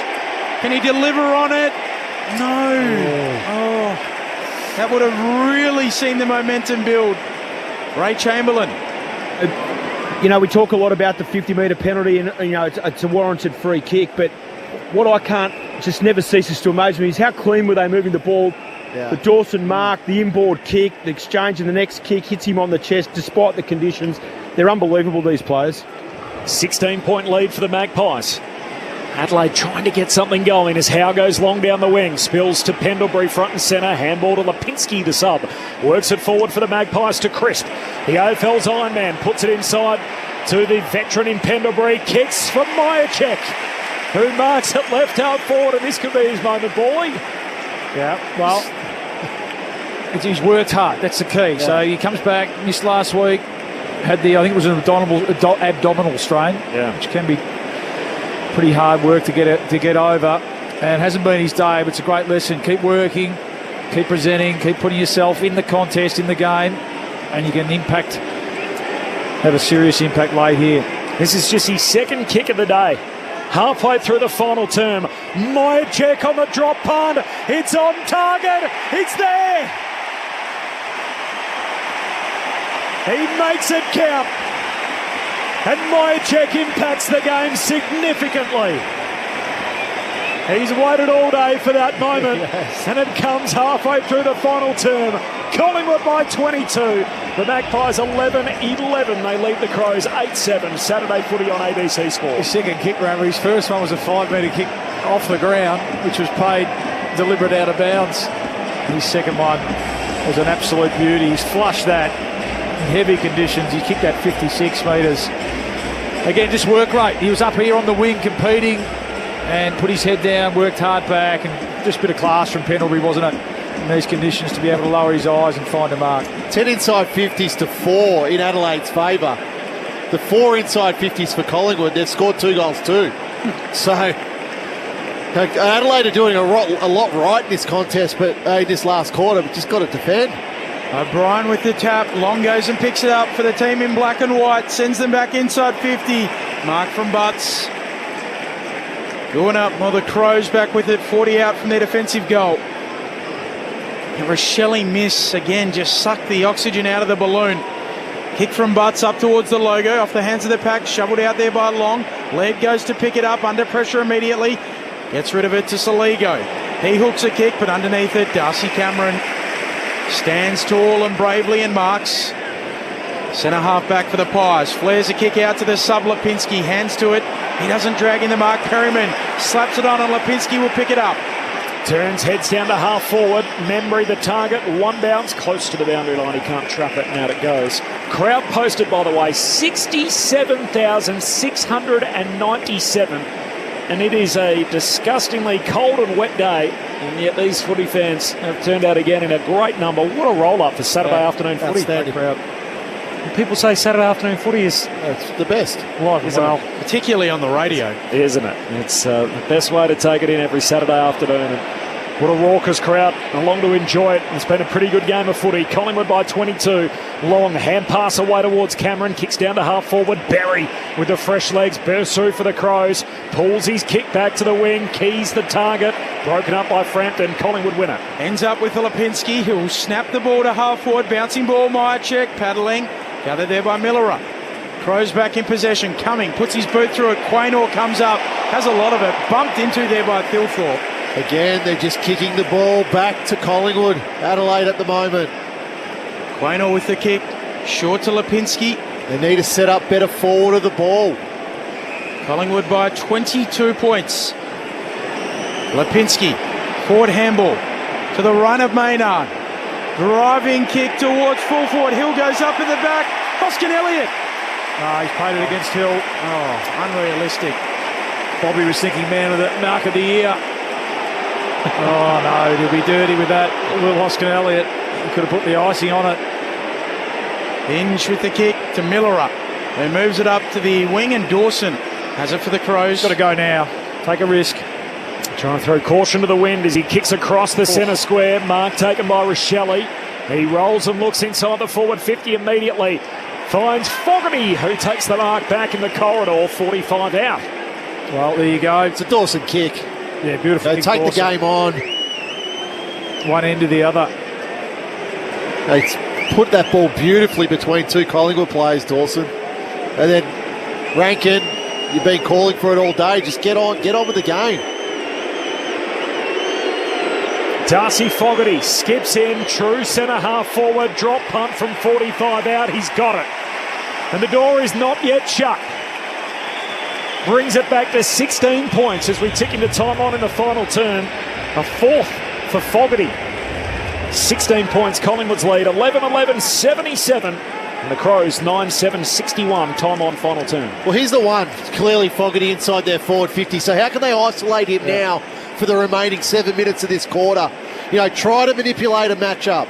So obviously with Tex Walker off the ground, Curtin's gone forward. So there's still a bit of a matchup nightmare for the Magpies. So Maynard looks like he's the one who's with Fogarty at the moment.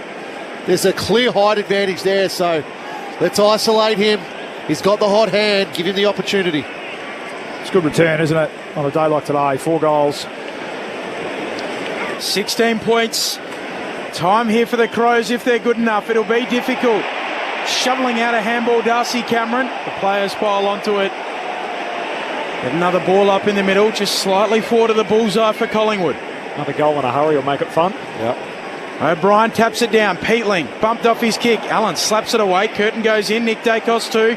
Nick Dacos over it. They all burrow in. Perryman trying to get it out. Curtin too. Nowhere to go. We'll do it again. We're used to the Collingwood number 12 jumper burrowing in and fighting after it. Worn by our very own Luke Ball. They play a little bit of volleyball. Millerup off to Saligo, who's been big in the fourth. Snaps around the wing, looking for Neil Bullen. Bouncing ball. He tries to spike it on, coming through Peatling. Might have been taken high, he was. Free kick to the Crows on the wing. It's got a lot of high tackles today, remember, isn't there? Both ways. I reckon that's 7 against Collingwood. Yep. Peatling hand pass to Taylor, fresh on the ground, straight it through the interchange gates, kicks to half forward. O'Brien competes, no mark, falls down to Houston. Oh, handball, a turnover, picked up by Rankin. Hand pass to his mate Rochelle. He needs to hook it through for a goal. He hits the fat part of the footy and sprays it out of bounds on the full. Little handball there to Saligo. He's clever though, Rochelle. Watch, he just bobbed out forward of the contest, didn't he, there? Just back that his teammate was going to win it. Saligo's running straight to goal. Give a handball. He kicks the goal. They have had their moments. 2 misses for Rochelle, 2 to Rankin in the second half. Collingwood by 16, time on final turn. That's a Saturday afternoon barbecue. Back inside 50 though, and Dawson flying through the pack.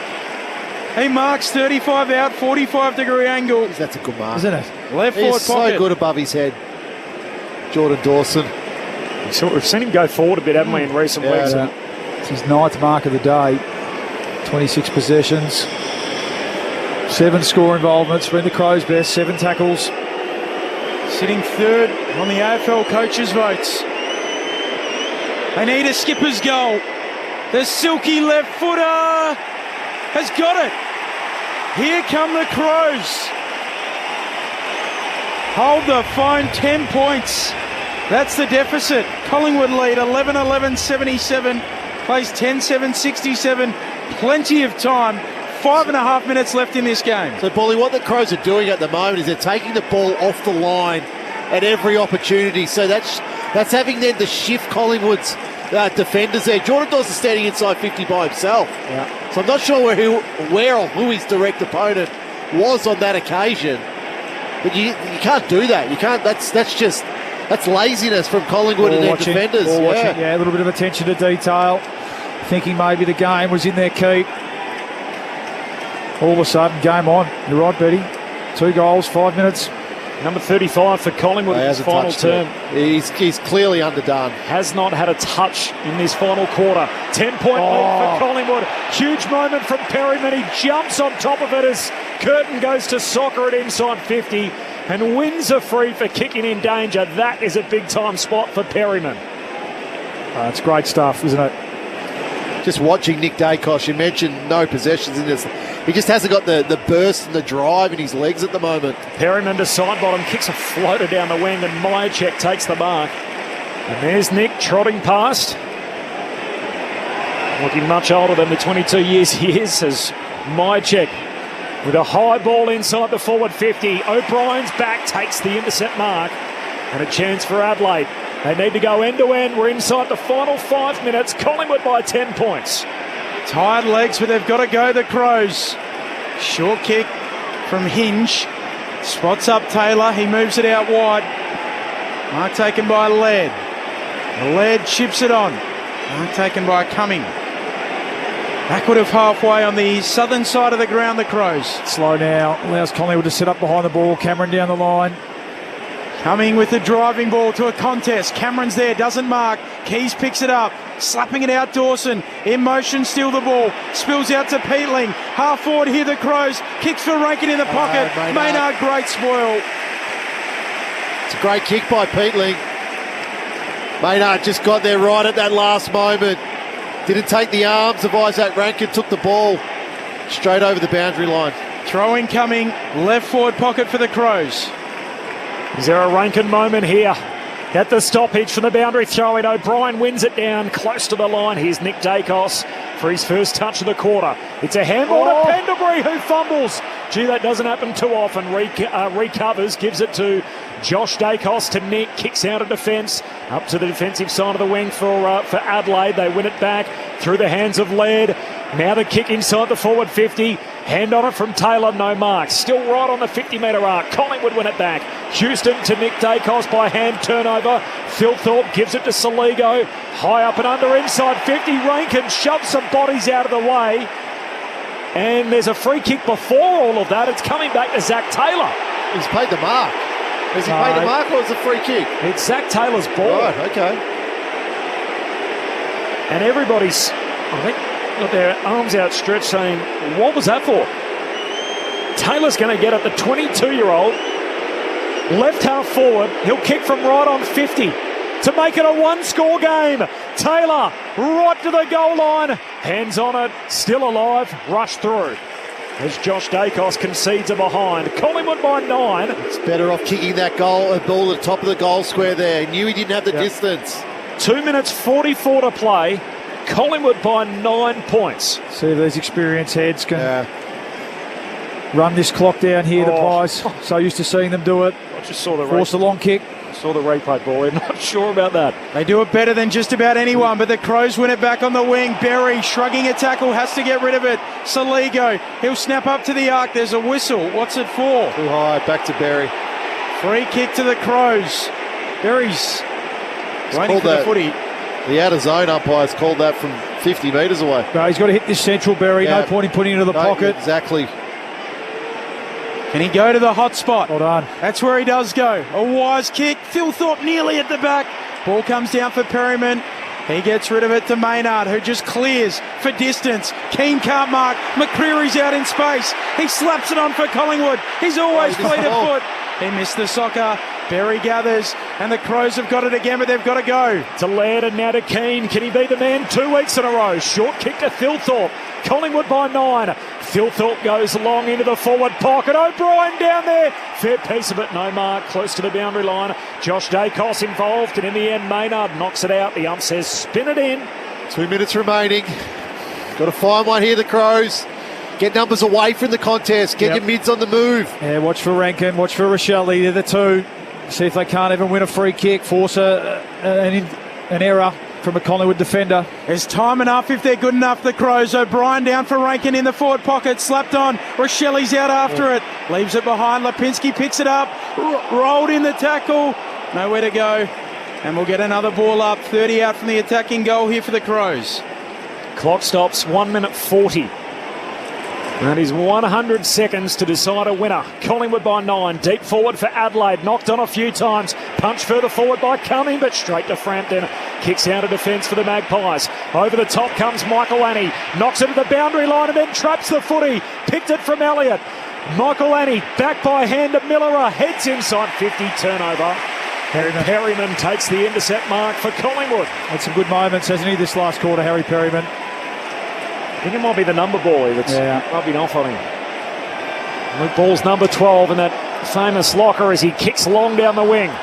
Off hands. Spills Adelaide's way. Keane had it, lost it. Membry just picks it from him. Pulls the kick back inboard. Clever one for Collingwood. Finds McCreary. Hand pass to Nick Dacos. Gives it to Maynard. Can he kill the game? 50 seconds to go. Short kick to Lipinski. Take your 30. And he marks 40 out left half forward and a chance to ice the game. It's the fresh legs of the sub. There's a big run from Lipinski. I mean, we know he's an elite runner as it is. Just put his head down. It was about a 150-metre run, as you should do. Fresh legs, that's playing the role. Big ball, wasn't it? Big ball by Memory to win over there on the wing. And that's the ball game. Tick, tick, tick, tick, tick. 21, 20, 19, 18 seconds. Lipinski with the drop punt. It fades to the left. It's a behind. Straight up the middle. Have a go. It's a 10-point game.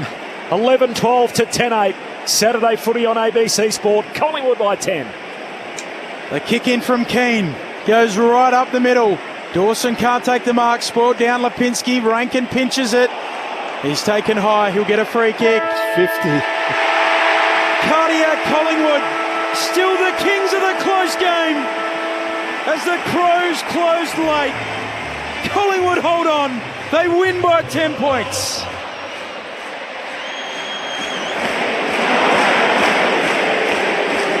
They're not yet playing this song because of the 50. Rankin's got a 50-metre penalty. So they certainly started playing it. I think the Collingwood crowd's gone a cappella. They are. Talk coming up. Rankin's talk. He's got hold of it, but it won't get there. The a cappella version. Good old Collingwood. We'll get the full thing now. Got to press the back button on Spotify to go back to the start of her song. 11-12-78 plays 10-8-68. It's an encore. Sing it again.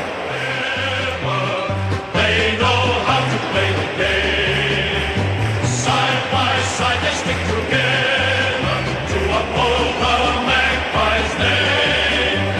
See the barricades are shouting as all barricades shout. Ships a cakewalk for the good old Collingwood.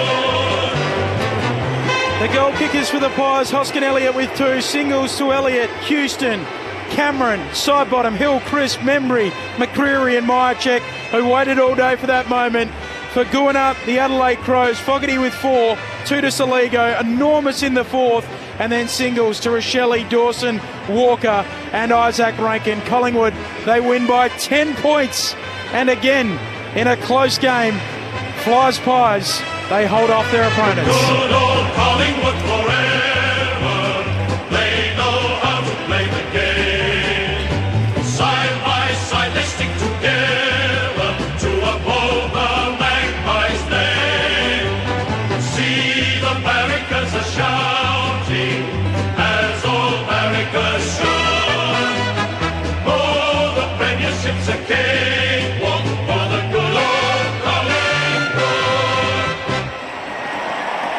It's an incredible run. So winless now in their last 11 games, Adelaide against Collingwood. It's a run that stretches back to 2016, but it is a run that includes a draw, a result by 5 points, by 5 points, by 1 point, by 2 points, by 4 points, and now by 10. So an incredible set of games, and almost always going Collingwood's way during this run with the draw thrown in. That's as close as Adelaide have got since 2016 against Collingwood. They lorded over them again, the Magpies, by 10 points in an incredible game of footy. 8 lead changes on a cold, wet day at the G in front of over 67,000. What a treat, Luke Ball and Adam Ramanauskas. Yeah, it was a really entertaining game. Given the conditions, Ramo, I thought, two really good teams that we think are going to be there at the pointy end of the season, and I thought both lived up to their end of the bargain today. Both had their moments of ascendancy. In the end, Collingwood just handled the bigger moments better. You think about that last 5 minutes of the third quarter, goals were very, very hard to come by for the first 20, and then Collingwood put 3 on in the last 5 minutes of that third quarter. In the end, that's really the difference. And in this last quarter, the Crows certainly had plenty of the footy, didn't they? They had a lot more of the footy, in fact, in their front half. What was it? 19 inside 50s to 8 for only 3 goals to 2. So that's a little bit of the difference in the day. Not that, you can hang that on the Crows forward line. It was probably just a little bit of decision-making, and then just taking your moments, those half chances when you get them, which you need to take to win a game in conditions like today. So for mine, Adelaide Rama, don't lose any admirers on today's effort. I think they certainly can walk off and say that they can mix it with who we think's the best team in the competition at the moment. Yeah, and I think they'll rue some missed opportunity, really. You mentioned the 19 inside 50s in the last quarter. You've got Rankin kicking it out on the full 3 times today, two from set shots and then another running shot. Last quarter, Rochelle, that's just a little handball to Saligo, where Saligo runs into an open goal, and the margin's then 4 points. So I think Adelaide will rue opportunities where, okay, there's the teaching points, but hey, if we do this, we can win the game. Yep. We can compete with a top 4 team. Collingwood, on the other hand, just professional. Craig McRae talks about them playing the minutes, and they played the minutes in that last quarter. They were able to weather 19 inside 50s and only allow 6 scoring shots. So we saw the ball just living in Adelaide's forward half in that last quarter. They were trying to take the ball off the line, but Collingwood defended unbelievably well. Paulie mentioned the conditions, and it's as the rain comes down again at the MCG. But the first half, Collingwood were handball happy. Second half, they started to kick the ball. They start to get a better result. So you look at the last half alone, it's 5 goals to 4 in Collingwood's favour. So they play the moments, play the minutes. They did it really well in that last quarter. Collingwood, they deserve the win. Again, it's one of those ones where you go, tick the box, let's move on. Let's continue to push forward into this season. Adelaide, on the other hand, they get back to Adelaide, learn from the mistakes of today, but understand that if we can iron out those little mistakes, we can compete with the top 4 of this competition. They just get contributions, Collingwood, don't they, from across the board, just at different stages. I mean, no real standout today. Look at the numbers, Dacos boys, leading possession getters. I thought Josh was terrific in the first half. I thought he really set it up for them. Nick, we know he doesn't look quite right, does he? Kept trying as he does, we know that, but didn't have his usual impact on the game. But Maynard was strong coming back into the team. You scan all the way down there. Perryman had some big moments, didn't he, in that last quarter. McCreary, only 12 possessions, but an impact on the game. Hoskin Elliott, 11 possessions, 2 goals, impact on the game. Memory had some moments. And then even Myercheck, who had a pretty dirty day, bobs up and kicks the goal just to give them the breathing space. So that's what good sides do, don't they? That's what experienced sides do. They don't rely on a handful or 1 or 2 individuals. And, a day like today where you do need a contribution across the ground, when conditions are tough, it's when they come to the fore. They were terrific. Collingwood now 8-2 on the season. Adelaide, their record falls to 6-4. It's been an emotional day for the footy world, and Collingwood have certainly been hit by that as well, with Scott Selwood, their assistant coach, not there today after the tragic death of his brother Adam overnight, and Craig McRae quite emotional afterwards. He's got little Maggie in his arms at the moment, his youngest daughter, and he makes his way into the rooms where Ray Chamberlain is. What can you see down there, Ray? It's great to hear you today, Corbin. Thanks very much for checking in, mate. I tell you what I can see down here is a really a buoyant and obviously they're a happy team at Collingwood having the win, but subdued, and as you intimated, lots of family. The players have all got their kids in the circle, and definitely Craig McRae's shoes have stolen the show as well today. A hush for the kids.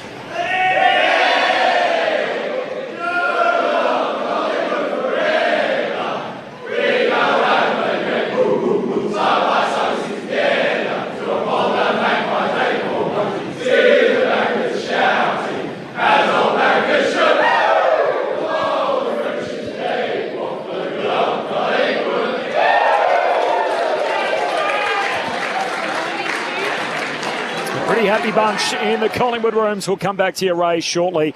The votes to come in the ABC Footballer of the Year. If you're in the ACT, you'll be off to the NRL. For everybody else, footy continues on ABC Radio. In WA, it is the Dockers and the Giants. And for everybody else, you'll be going to Adelaide Oval. I know the Selwood news that were tossing up this morning, Collingwood, about whether they were going to tell their players or not. I'm not so sure they did. There were no black armbands obviously worn by the group to be able to give them the game. And this is something we don't ordinarily see with Collingwood, but immediately they all walk in to the meeting room. So they're about to be addressed by Craig McRae, who I obviously just saw him on Fox Footy a moment ago, but I was told this morning he was very emotional when he heard the news, as I'm sure a lot of people have been connected to the footy fraternity after the tragic news of Adam Selwood's death. But certainly Collingwood rocked by it, as the footy community has been, and with Scott Selwood, an assistant coach, quite obviously absent today. 8 lead changes, Collingwood by 10 points full-time here at the MCG. If we can get some reaction, we will, before we're off air in the next 5 minutes or so. Obviously, if not, we'll record that and flick it through. The votes in the ABC Footballer of the Year before we get out of here. Don't forget the ABC Listen app. You can download that for free through your app store, and you can toggle between the games if you want to choose which match you'd like to listen to. Well, Collingwood win the game, but I only give 2 Adelaide players a vote. So I gave 1 to Darcy Fogarty for his 4 goals. I thought he was clearly the most dominant forward on the ground for both teams. I gave 2 to Josh Dacos for his 29 possessions. I thought, as Bally mentioned, really good in the first half, but quite solid for the entirety of the day. I thought the best man on the ground today was Jordan Dawson, 27 possessions, 8 tackles, 9 marks, 500 metres gained, and a goal. He was nearly able to drag his team over the line. So 1 to Fogarty, 2 to Josh Dacos, 3 to Jordan Dawson. And that's, it's a good sign, isn't it? Again, we were just mentioning that before. I just thought Collingwood probably had greater contributions across overall, the board. Yeah, and then again, that's the sign of a really good team. No admirers lost from my point of view for Adelaide. I think they're a really good team. I think they're a top 6 team. They're going to be hard to beat. But in the end, it was just Collingwood maybe handling those moments a little bit better, which is, we've come to expect from this team. They meet again round 23. Oh, beautiful. In Adelaide. Perfect. Which Collingwood's record in Adelaide is unbelievable. Yes, which that's right on the eve of the finals, of course, in the penultimate round. So can't wait to see that. The next assignment for Collingwood is next Saturday at Docklands. A bit of a quirk with the fixture, Bally. There's 2 games at Docklands next Saturday. So we're there at 12:30. The early one? For Carlton GWS, and then the Magpies play that night. It's a double-header at the same venue. Yeah. So they're going to clear them all out. Any reason why? Clean the stadium? I have no idea. Sort of snuck through that one in the fixture, isn't it? Not Corbin, who's a fixture watcher. That's why I'm waiting for the. No, you haven't got anything for us. I don't have an explanation as to why. We gather roundish, isn't it? Is the MCG not available? This Friday night at the MCG. Almost like in the COVID days, I think we had the odd double-header at the same venue, but. Unusual, given they've got to clean the stadium, get everyone in, everyone out, the car parking. I want to book your ticket early to make sure that's A-OK. So that is Collingwood and North Melbourne next Saturday night. After Carlton and GWS will play during the day. And Adelaide's next stop is back at home against the West Coast Eagles on Sunday. Hi, guys. Fran from Melbourne. Go the Pies, enjoying the call. Hoskin Elliott is a staple. He flies under the radar. Thanks, Fran. Nice to hear from you. Razor from Rockingham. Saturday Arvo footy is always the best on ABC Sport. We love those. Thanks, Razor. Joanna from Middle Park, listening whilst walking in Spain. Gee, that's a pretty good way to take it in. Barracking for the Pies and loving the ABC call. Luke Ball, always been a favourite. There you go. You got Joanna's Spain. Okay. Raw live from Adelaide. I wore Explorer socks cut off at the ankle. Thick in the shoe, but light on the water soak-up. So this is obviously to try and prevent blisters, which we were chatting about a little bit earlier. An old legend trainer at our club taught me about wearing stocking socks, inside socks, to avoid blisters. Yeah, a double sock. Yeah, tried that too. Yeah. Yep. Did that work? Nothing really worked, to be honest, Benny. You're a big blister sufferer, are you? Yeah. Soft skin. Ken from Sandringham, hi Corby, Ben, Ramaboli and Razor Ray. Great call and excellent special comments, especially enjoying the explanations by Razor Ray of the rule idiosyncrasies as they happen on the field. Ben, how did the birthday celebrations go? Ice cream cake. Very well. Got out the ice cream cake late at night. Nope, had a nice steak during the day and then went out for dinner as well. So very good day. Double up. Yeah. Corby even shouted. I didn't realise the T-Rex, his arms reached his pockets, but there we are.